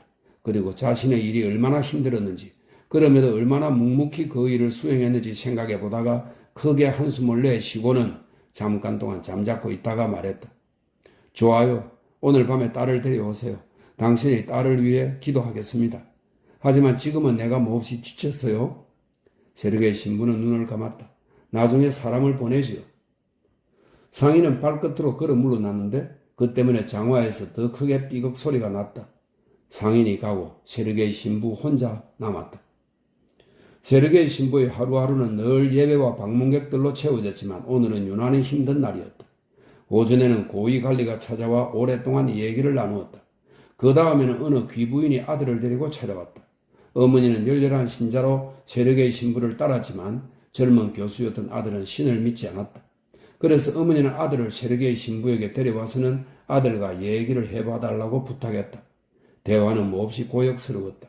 젊은이는 수도사와 논쟁할 마음이 없어 보였고 그래서인지 자신보다 열등한 사람을 대하듯 세르게이가 하는 말마다 모두 동의했다. 하지만 세르게이 신부는 젊은이가 아무것도 믿지 않으며 그런데도 전혀 불만 없이 평온하고 평온하고 편안해 한다는 것을 알았다. 이제와 그 대화를 다시 떠올리자 세르게이는 마음이 불편해졌다. 신부님, 뭘 좀 드셔야지요. 수도 원장의 심부름꾼이 말했다. 그래야지 뭐라도 좀 가져오게. 심부름꾼은 동굴 입구에서 10걸음 정도 떨어진 곳에 지어놓은 성방으로 갔고 세르게이 신부는 다시 혼자 남았다. 세르게이 신부가 혼자 살면서 모든 일을 스스로 해결하고 성병과 빵만 먹으며 살던 시절은 이제 오래전 일이 되었다. 이미 오래전부터 그는 자신의 건강을 소홀히 할 권리가 없었으며 기름기 없고 영양이 풍부한 음식을 먹어야 했다. 그는 여전히 적게 먹긴 했어도 예전에 비해서는 식사량이 훨씬 늘었고 예전처럼 혐오감과 죄의식을 느낀 일 없이 대개는 굉장히 만족스럽게 식사를 했다. 지금도 그랬다. 그는 죽을 먹고 차를 마시고 흰 빵 반덩이를 먹었다. 심부름꾼이 가고 나서 세르게이 신부는 너름나무 아래 의자에 혼자 남았다. 더없이 아름다운 5월의 저녁이었다. 자작나무, 사시나무, 너름나무, 벚나무, 참나무의 잎사귀들이 막 돋아난 뒤였다. 너름나무 뒤 벚나무에는 꽃이 활짝 피었고 아직 질기미가 보이지 않았다. 꾀꼬리 한 마리는 바로 옆에서 다른 두세 마리는 강가의 덤불 아래에서 지저귀며 노래했다. 농부들이 일을 끝내고 돌아오는지 멀리 강가에서 노래소리가 희미하게 들려왔다. 해가 숲 뒤로 지면서 나무잎들 사이로 빛을 헛뿌렸다. 햇살을 받는 쪽은 환한 녹색으로 빛났으며 너름나무 쪽은 어두침침했다. 딱정벌레들이 이리저리 날아다니다 어딘가에 부딪히더니 땅으로 떨어졌다. 저녁 식사를 하고 나서 세르게이 신부는 마음속으로 기도를 하고 또 했다. 예수 그리스도여, 하나님의 아들이여, 우리를 불쌍히 여기소서. 기도를 마치고 나서 시편을 펼쳐들었다. 한창 시편을 읽고 있는데 갑자기 참새 한 마리가 떨기나무에서 땅으로 내려오더니 짹짹거리며 그를 향해 총총 다가오다가 무언가에 놀라 날아가 버렸다. 그는 세속을 떠난 자신의 처지에 관해 기도했지만 사람을 보내 상인과 아픈 딸을 데려오게 할 생각에 서둘러 마쳤다. 그는 상인의 딸이 궁금하고 신경 쓰였다. 그에게 그녀는 잠시나마 일상에서 벗어나게 해줄 새로운 얼굴이었으며 그들 부녀가 세르게이를 성인으로 여기면서 그의 기도에 능력이 있다고 믿었기 때문이다. 세르게이는 겉으로는 그런 생각을 부인했지만 마음 깊은 곳에서는 자신이 그렇다고 믿고 있었다. 세르게이 신부는 스테판 카사츠키가 비범한 성자이자 기적을 행하게 된 자가 된 과정을 생각할 때마다 종종 놀라우면서도 그 사실을 조금도 의심하지 않았다. 병든 소년에서부터 얼마 전 그의 기도로 시력을 회복한 노파에 이르기까지 그의 눈으로 직접 기적을 보았으므로 믿을 수밖에 없었다. 이상한 일이었지만 엄연히 일어난 일이었다. 세르게이가 상인의 딸에게 관심을 갖는 것도 그녀가 새로운 얼굴이고 그를 믿고 있는 데다가 그녀를 통해 자신이 지닌 치료의 능력과 명성을 다시 한번 확인할 수 있기 때문이었다. 그는 이런 생각을 했다. 일천 베르스타나 떨어진 곳에서 찾아왔다는 얘기가 신문에 실리고 황제가 알게 되고 유럽, 믿지 않는 사람들이 사는 유럽에서도 나를 알게 되겠지. 그러다 문득 자신의 허영심이 부끄러워져서 다시 주님께 기도했다. 하나님, 하늘에 계신 주여, 위안을 주시는 주여, 진리의 영혼이여, 제게 오셔서 저희 죄를 씻어주시고 영혼을 구원하시며 축복해 주소서. 저를 뒤흔드는 세상의 추악한 명예를 벗어버리게 하옵소서. 그는 기도를 하고 또 했다. 지금까지 이런 기도를 얼마나 많이 했으며 또 이런 기도가 얼마나 헛되었는지 생각했다. 그는 기도로 다른 이들에게 기적을 행했으면서 정작 자신은 하찮은 욕망에서 벗어나질 못했다. 그는 처음 은둔 생활을 시작하던 때 순결과 겸손과 사랑을 달라고 기도하던 때를 떠올려 보았다. 그때 주님은 그의 기도를 들어주신 것 같았다. 그는 손가락을 잘라 순결을 지켰던 것이다.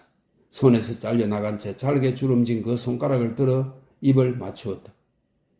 생각해보면 죄 많은 자신을 끝없이 탓하던 그때 그는 겸손했으며 그를 찾아온 노인, 돈을 구걸하던 술 취한 병사, 여자를 성심껏 맞았던 그때 그는 사랑을 간직하고 있었던 것 같았다. 그런데 지금은 어떤가? 그는 스스로에게 물었다. 다른 이를 사랑하는가? 소피아 이바노브나를 사랑하는가? 아니면 세라피온 신부를 사랑하는가? 오늘 그를 찾아왔던 모든 사람들에게 사랑을 느꼈는가? 그 젊은 학자를 사랑으로 대했는가? 그저 자신의 지성과 시대에 뒤떨어지 않는 지식을 과시하고 싶어 훈계조로 이야기를 나눴을 뿐이다. 그는 사람들의 사랑을 원하고 필요로 하면서도 그들을 사랑하는 마음은 없었다.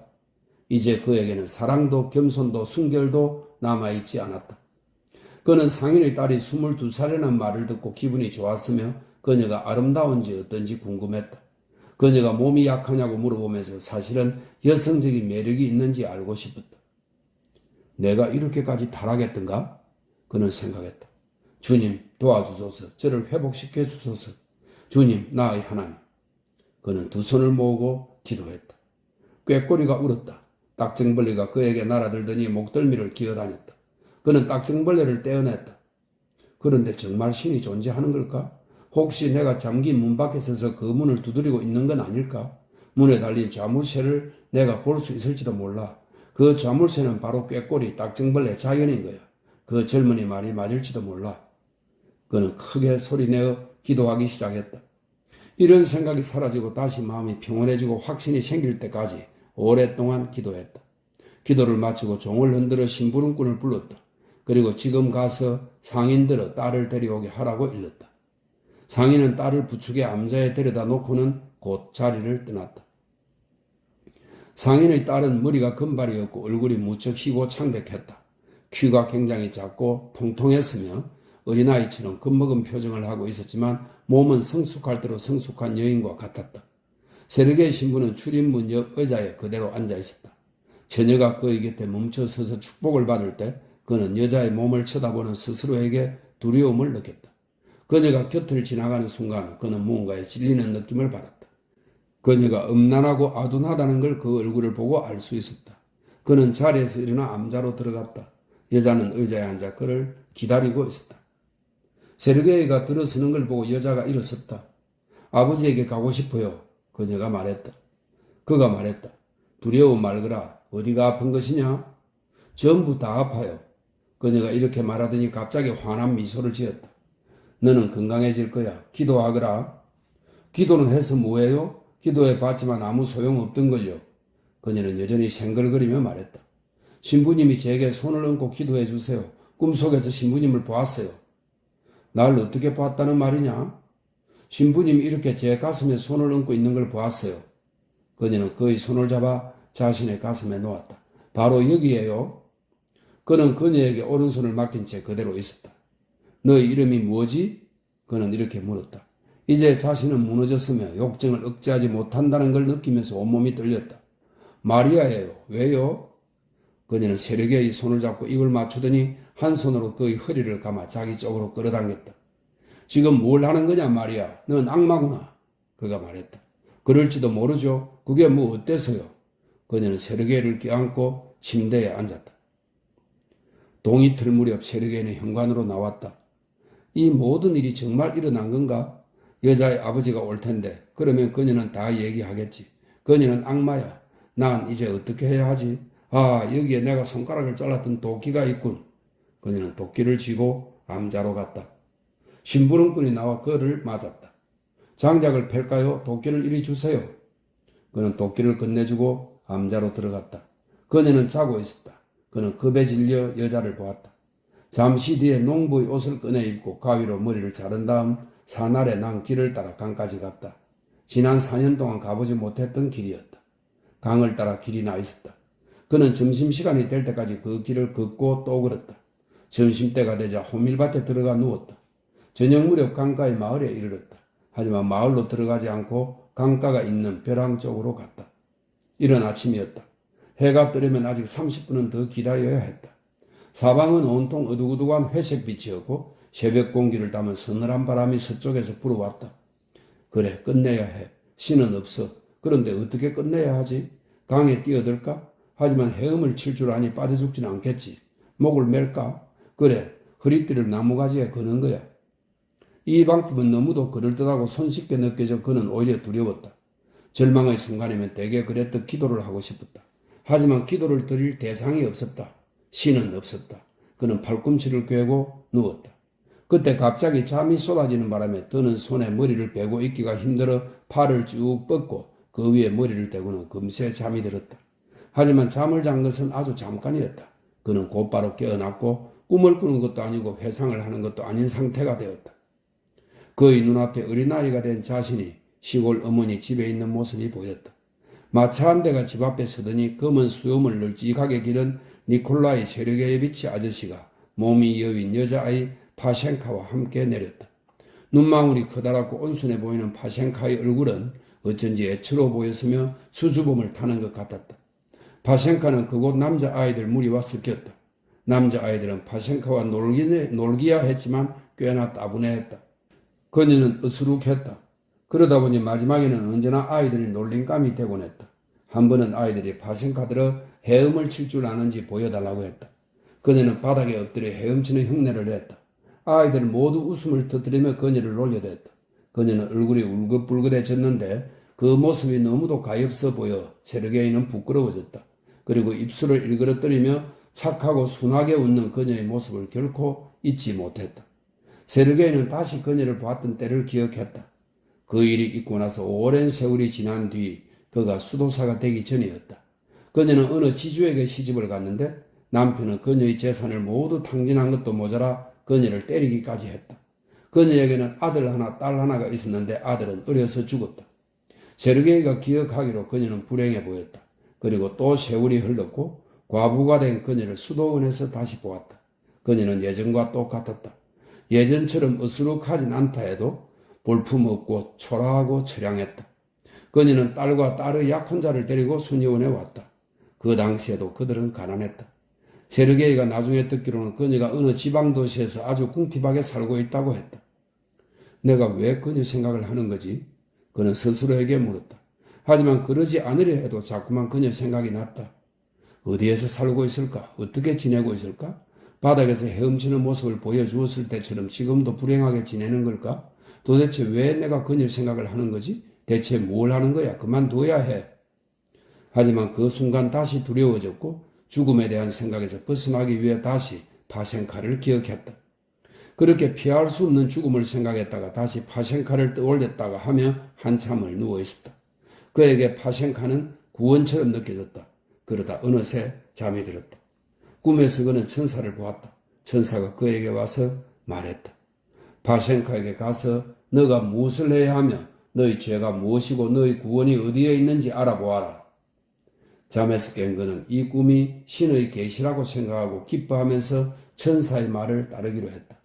파셴카가 어느 도시에 살고 있는지 알았으므로 관로 속에 300베르스타 정도 떨어진 곳이었다 이렇게 되어 있네요. 알았으므로 거기로 갔다. 마지막 글입니다. 8. 파셴카는 이미 오래전부터 예전 파셴카가 아니었으며 이제는 그저 넓고 비쩍 마른 주름투성이 프라스코비아 미하일로브나 실패한 관리였던 술주정뱅이 마르리키예프의 장모였다. 그녀는 사위가 마지막으로 일했던 지방도시에 살면서 딸과 신경쇠약 환자인 사위 5 손자를 먹여 살렸다. 상인의 딸들에게 음악을 가르치고 시간당 50호페이카를 받아 집안을 꾸렸다. 하루에 4-5시간 수업을 하면 한 달에 60루블을 받았다. 그녀는 사위가 다시 일자리 얻기를 기다리면서 그 돈으로 하루하루 살았다. 프라스코비아 미하일로브나는 사위의 자리를 부탁하는 편지를 모든 친척과 지인에게 보냈는데 그 중에는 세르게이도 있었다. 하지만 편지는 세르게이에게 전달되지 않았다. 어느 토요일 프라스코비아 미하일로브나는 옛날 아버지가 살아계실 때 농부 요리사가 맛있게 만들어주던 금포도 빵을 만들기 위해 밀가루를 반죽하고 있었다. 다음날 축제일에 손자들에게 그 빵을 먹이고 싶었다. 그녀의 딸인 마샤는 막내를 돌보고 있었고 위의 손자와 손녀는 학교에 가 있었다. 사위는 밤새 뜬 눈으로 세우고 이제야 잠들었다. 프라스코비아 미하일로브나도 남편에게 화를 내는 딸을 달래느라 지난밤에 잠을 설쳤다. 그녀가 보기에 사위는 유약한 사람이어서 그렇게밖에 살아갈 수 없으며 따라서 아내가 아무리 잔소리를 해봐야 소용없었다. 그래서 딸이 화를 누그러뜨리고 남편에게 잔소리나 비난을 못하게 하려고 온 힘을 다해 노력했다. 그녀는 사람들끼리 불편하게 지내는 걸 체질적으로 참지 못했다. 그래 봐야 뭐하나 좋아지는 것이 없으며 오히려 모든 게 나빠지기만 할 뿐이라고 믿었다. 아니, 그녀는 그런 생각조차 하지 않았다. 그저 누군가 화를 내는 모습을 보면 고약한 냄새를 맡거나 날카로운 소리를 듣거나 몸을 무언가로 얻어맞을 때처럼 고통스러울 뿐이었다. 그녀는 루케리아에게 밀가루 반죽하는 법을 가르치고 있었다. 이 정도면 됐다 싶었을 때 앞치마를 입고 굽은 다리에 기운 양말을 신은 6살짜리 손자 미샤가 놀란 표정으로 부엌에 뛰어들어왔다. 할머니, 무섭게 생긴 할아버지가 할머니를 찾아요. 루케리아가 문 밖을 내다보았다. 할머니, 순례자인 것 같아요. 프라스코비아 미하일로브나는 야윈 양쪽 팔꿈치를 서로 비비고 두 손을 앞치마에 닦은 뒤 지갑을 가지러 위층으로 갔다. 순례자에게 5코페이카를 줄 생각이었다. 하지만 지갑에는 10코페이카 동전밖에 없다는 사실을 떠올리고는 돈 대신 빵을 주기로 하고 천장으로 발걸음을 돌렸다. 그 순간 자신이 10코페이카를 아까워하고 있다는 생각이 들면서 얼굴이 화끈거렸다. 그녀는 루케리아에게 빵을 한 덩이 자르라고 이르고 자신은 10코페이카를 가지러 다시 위층으로 갔다. 그러면서 생각했다. 벌 받은 거야. 2배로 주게 됐으니. 그녀는 미안한 마음으로 순례자에게 빵과 돈을 건넸다. 순례자들에게 무언가를 줄 때 그녀는 자신의 너그러움을 자랑하기는커녕 오히려 너무 적게 주는 것을 부끄러워했다. 더구나 이 순례자의 모습에는 함부로 대할 수 없는 무언가가 있었다. 음식을 얻어먹으며 300베르스트나 되는 길을 걸어오고 옷이 다 헤어지고 몸이 여위고 얼굴이 검게 그을렀어도 머리를 짧게 자르고 농부의 모자를 쓰고 신을 신었어도 겸손하게 고개를 숙였어도 세르게의 모습은 여전히 사람들의 마음을 끌어당겼다. 하지만 프라스코비아 미하일로브나는 그를 알아보지 못했다. 30년 가까이 그를 보지 못했으니 그러는 것도 당연했다. 영감님, 변변치는 않지만 뭘 좀 드시겠어요? 그는 빵과 돈을 받았다. 프라스코비아 미하일로브나는 그 노인이 자리를 떠나지 않고 계속 자신을 쳐다보자 몹시 당황했다. 파센카, 너를 만나러 왔어. 날 좀 들여보내줘. 간절히 애원하듯 그녀를 바라보는 세르게의 검고 아름다운 두 눈에 눈물이 맺히면서 반짝 빛이 났다. 희끗한 수염 아래 입술이 애초롭게 떨렸다. 프라스코비아 미하일로브나는 비쩍 마른 가슴을 두 손으로 누르고는 입을 벌린 채 꼼짝도 못하고 서서 순례자의 얼굴만 쳐다보았다. 아, 이럴 수가. 스테판, 세르게이 신부님. 그래, 바로 나야. 세르게이가 나직하게 말했다. 다만 세르게이나 세르게이 신부가 아니라 대죄인 스테판 카사스키야. 타락한 죄인이지. 날 받아줘. 그리고 도와줘. 그게 다 무슨 말이에요? 그렇게 자신을 낮추다니요. 자, 어서 들어가세요. 그녀가 손을 내밀었다. 하지만 세르게이는 그녀의 손을 잡지 않고 뒤를 따라 들어갔다. 그런데 세르게이를 마땅히 데려갈 곳이 없었다. 집은 무척 비좁았다.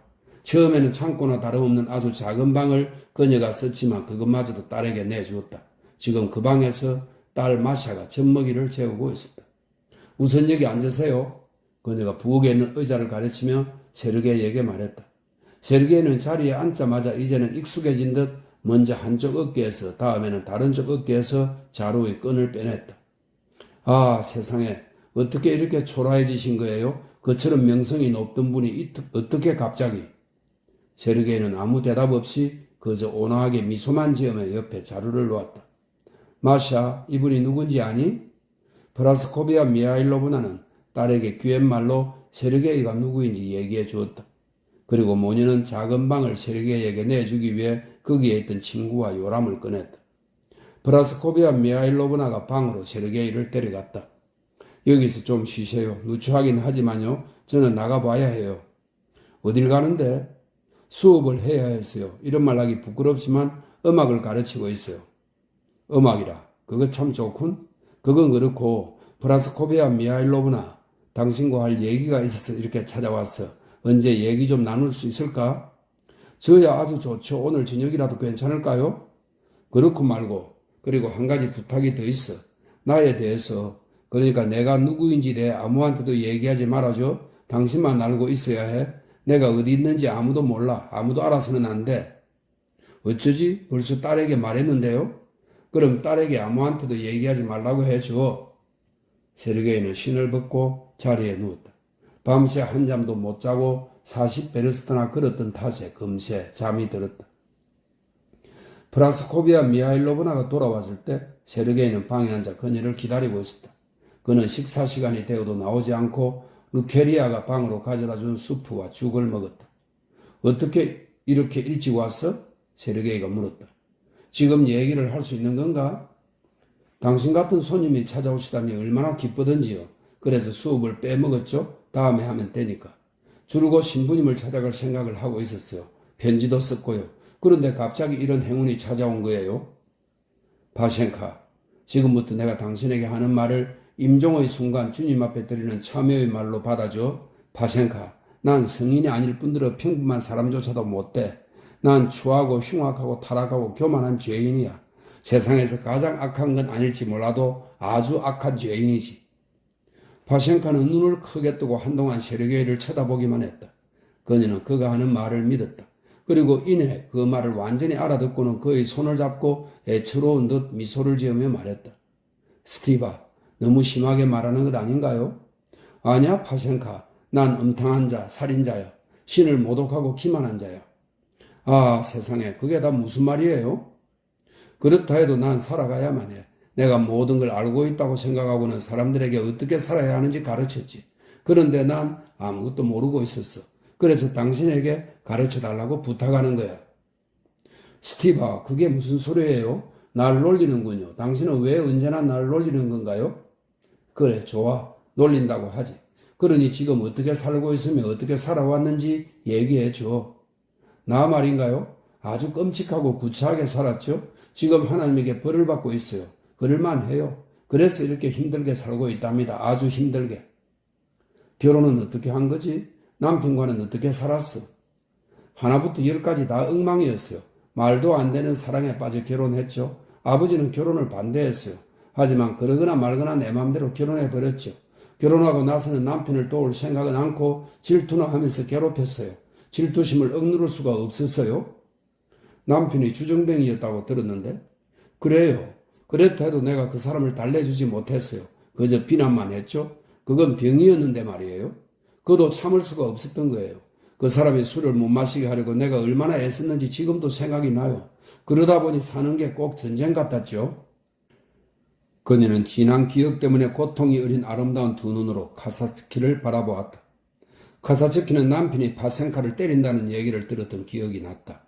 그녀의 비쩍 마른 목과 귀 뒤로 붉어져 나온 힘줄, 반은 희끄대끄대진 젓갈색 성긴 머리카락을 한데 묶은 모습을 보니 그가는 일이 눈앞에 그려지는 듯 했다.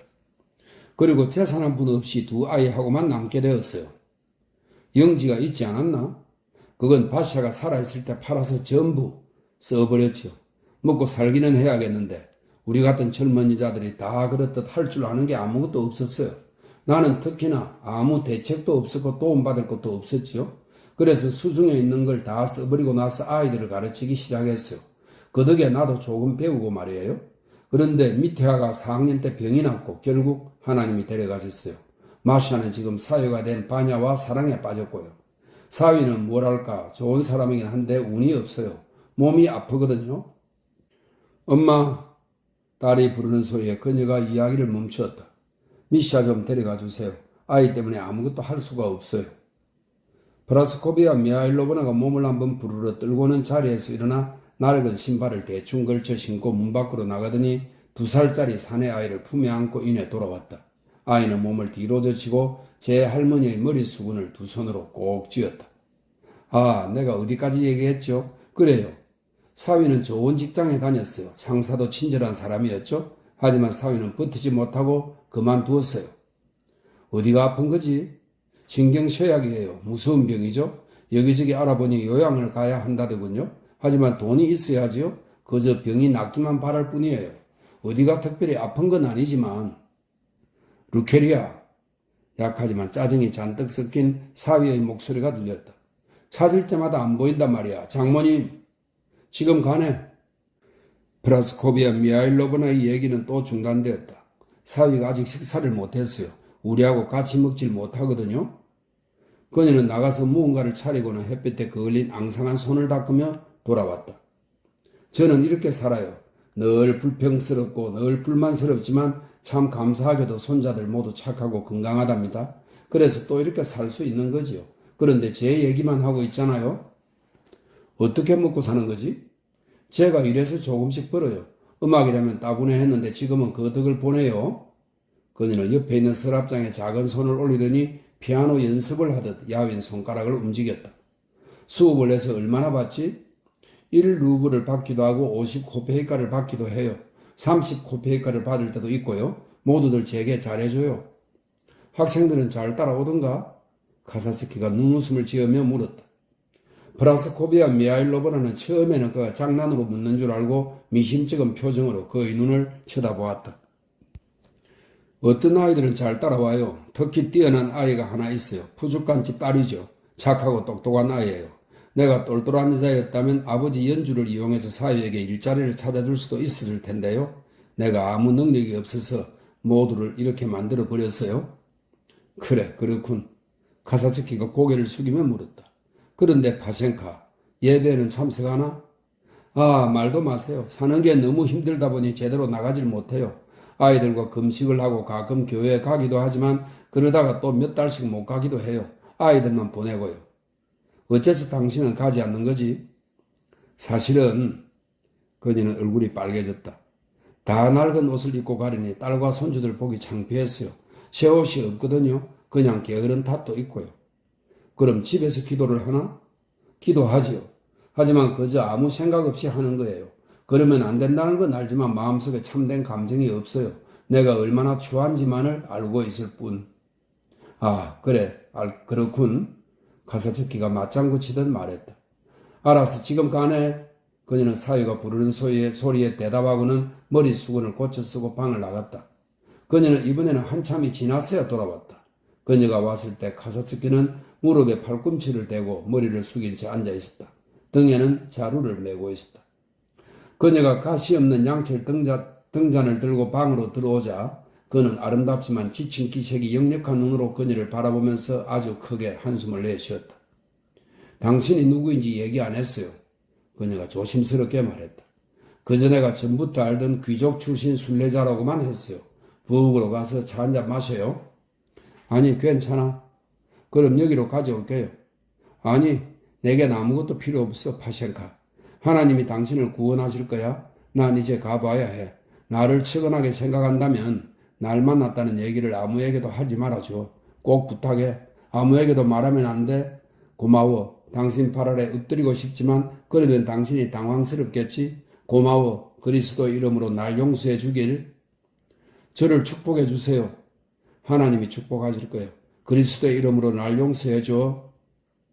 그녀가 떠나려는 세르게이를 잡더니 흑빵과 둥근 빵, 버터를 가져다 주었다. 그는 모두 받아들고 떠났다. 날은 어두워졌다. 세르게이는 두 집을 채 지나기도 전에 파셴카의 시야에서 사라졌다. 파셴카는 개 짖는 소리로 그가 걸어가고 있다는 걸 알 수 있을 뿐이었다. 그러니까 내 꿈이 의미하는 게 바로 이것이구나. 파셴카는 내가 되어야 했지만 되지 못한 바로 그 사람이야. 나는 신을 위해 산다고 하면서 사실은 사람들을 위해 살았지만 그녀는 자신이 사람들을 위해 산다고 생각하지만 신을 위해 살고 있는 거야. 그래, 하나의 선행, 보답을 바라지 않고 베푸는 한 잔의 물이 내가 사람들에게 베풀었던 은혜보다 더 귀중한 거야. 그런데 거기에도 진실로 하나님을 섬기는 열망이 있었을까? 그는 스스로 묻고 대답했다. 그래, 있었어. 하지만 그 모든 열망은 세속적인 명성으로 더럽혀지고 묻혀버렸어. 그래, 하나님은 나처럼 세속적인 명성을 위해 사는 자와는 함께 계시지 않아. 이제부터라도 하나님을 찾아야 해. 그는 파셴카를 찾아갈 때 그랬던 것처럼 이 마을 저 마을을 다니며 순례자들과 만났다가 헤어지기도 하면서 사람들에게 빵과 잠자리를 구했다. 가끔 성미 고약한 여주인이 욕짓거리를 퍼붓거나 술 취한 농부가 시비를 거는 일도 있었지만 대부분의 사람들은 그에게 먹을 것과 마실 것을 주었고 순례길에 쓸 돈을 주기도 했다. 그의 품위 있는 외양이 도움이 될 때도 있었다. 그런가 하면 그렇게 품위 있는 사람이 거지꼴이 된 것을 보며 재미있어 하는 사람들도 있었다. 하지만 그는 온화한 성품으로 모든 어려움을 이겨냈다. 사람들이 집에서 복음서를 발견하고 그것을 소리내어 읽어줄 때가 종종 있었는데 그럴 때마다 사람들은 오래전부터 알고 있던 내용을 들으면서도 마치 처음 듣는 양 놀라고 감동했다. 조언을 해주거나 글을 대신 읽고 써주거나 다투는 사람들을 화해시켜주는 등 어떤 식으로든 사람들에게 도움을 주고 나면 그들에게 감사 인사도 받지 않고 떠나버렸다. 그러면서 그의 내면에 하나님이 조금씩 들어오기 시작했다. 어느 날 그는 노파 2명, 군인 1명과 함께 길을 걸었다. 그때 준마가 끄는 마차에 탄 신사와 귀부인, 말을 타고 있는 남녀가 그들의 앞을 막았었다. 귀부인의 남편은 딸과 함께 말을 타고 있었고 마차에는 귀부인과 여행객인 듯한 프랑스인이 타고 있었다. 그들이 세력의 일행을 멈춰 세운 이유는 러시아 민중 고유의 미신에 따라 일을 하지 않고 이곳저곳을 떠돌아다니는 순례자를 프랑스인에게 보여주기 위해서였다. 그들은 순례자들이 알아듣지 못할 거라고 생각하고 프랑스어로 얘기를 나눴다. 프랑스 사람이 말했다. 이런 식의 순례가 하나님의 뜻에 맞는다고 확신하는지 저들에게 물어봐 주세요. 그들이 묻자 두 노파가 대답했다. 하나님이 받아주시겠죠? 하나님이 다리를 주셨으니 우리는 심장을 드려야죠. 이번에는 군인에게 물었다. 그는 자신이 혼자이며 갈 곳이 없다고 말했다. 그들은 카사츠키에게 당신은 누구냐고 물었다. 하나님의 종입니다. 그가 뭐라고 말했나요? 대답을 하지 않는 건가요? 하나님의 종이라고 하는군요. 아무래도 이 사람은 성직자의 아들인 것 같군요. 좋은 가문의 사람 같아요. 잔돈 있습니까? 프랑스인이 잔돈을 꺼내들었다. 그리고 순례자 모두에게 20코페이카씩 나누어 주었다. 저들에게 말해주세요. 양초를 사라고 이 돈을 주는 게 아니라 차를 마시라고 주는 거라고요? 그가 미소를 짓더니 장갑 낀 손으로 카사츠키의 어깨를 툭툭 두드리며 말했다. 차를 마시라고요, 영감님. 그리스도의 은혜가 함께하길. 카사츠키가 모자도 쓰지 않은 채 벗겨진 머리를 숙이며 대답했다. 카사츠키는 이 만남이 특별히 기뻤는데 세속적인 평가를 생각하지 않고 아주 간단하고 쉬운 일을 했기 때문이었다. 겸손한 마음으로 20코페이카를 받아 앞못 보는 거지에게 주었던 것이다. 사람들의 평가가 그 중요성을 잃어갈수록 하나님의 존재는 더 강하게 느껴졌다. 그렇게 돌아다닌 지 8달이 지나고 9달로 접어들 무렵 카사츠키는 다른 순례자들과 하룻밤을 묵은 어느 도시의 숙소에서 신분증이 없다는 이유로 체포되었다. 신분증은 어디에 있고 그는 누구인지 묻는 질문에 그는 신분증은 없으며 자신은 하나님의 종이라고 대답했다. 그는 불황자로 분류되어 재판을 받고 시베리아로 추방되었다. 시베리아에서 카사츠키는 어느 부유한 농부의 개간지에 정착해 지금까지 살고 있다. 그는 주인집 채소밭에서 일하고 아이를 가르치고 아픈 사람을 돌보며 지낸다.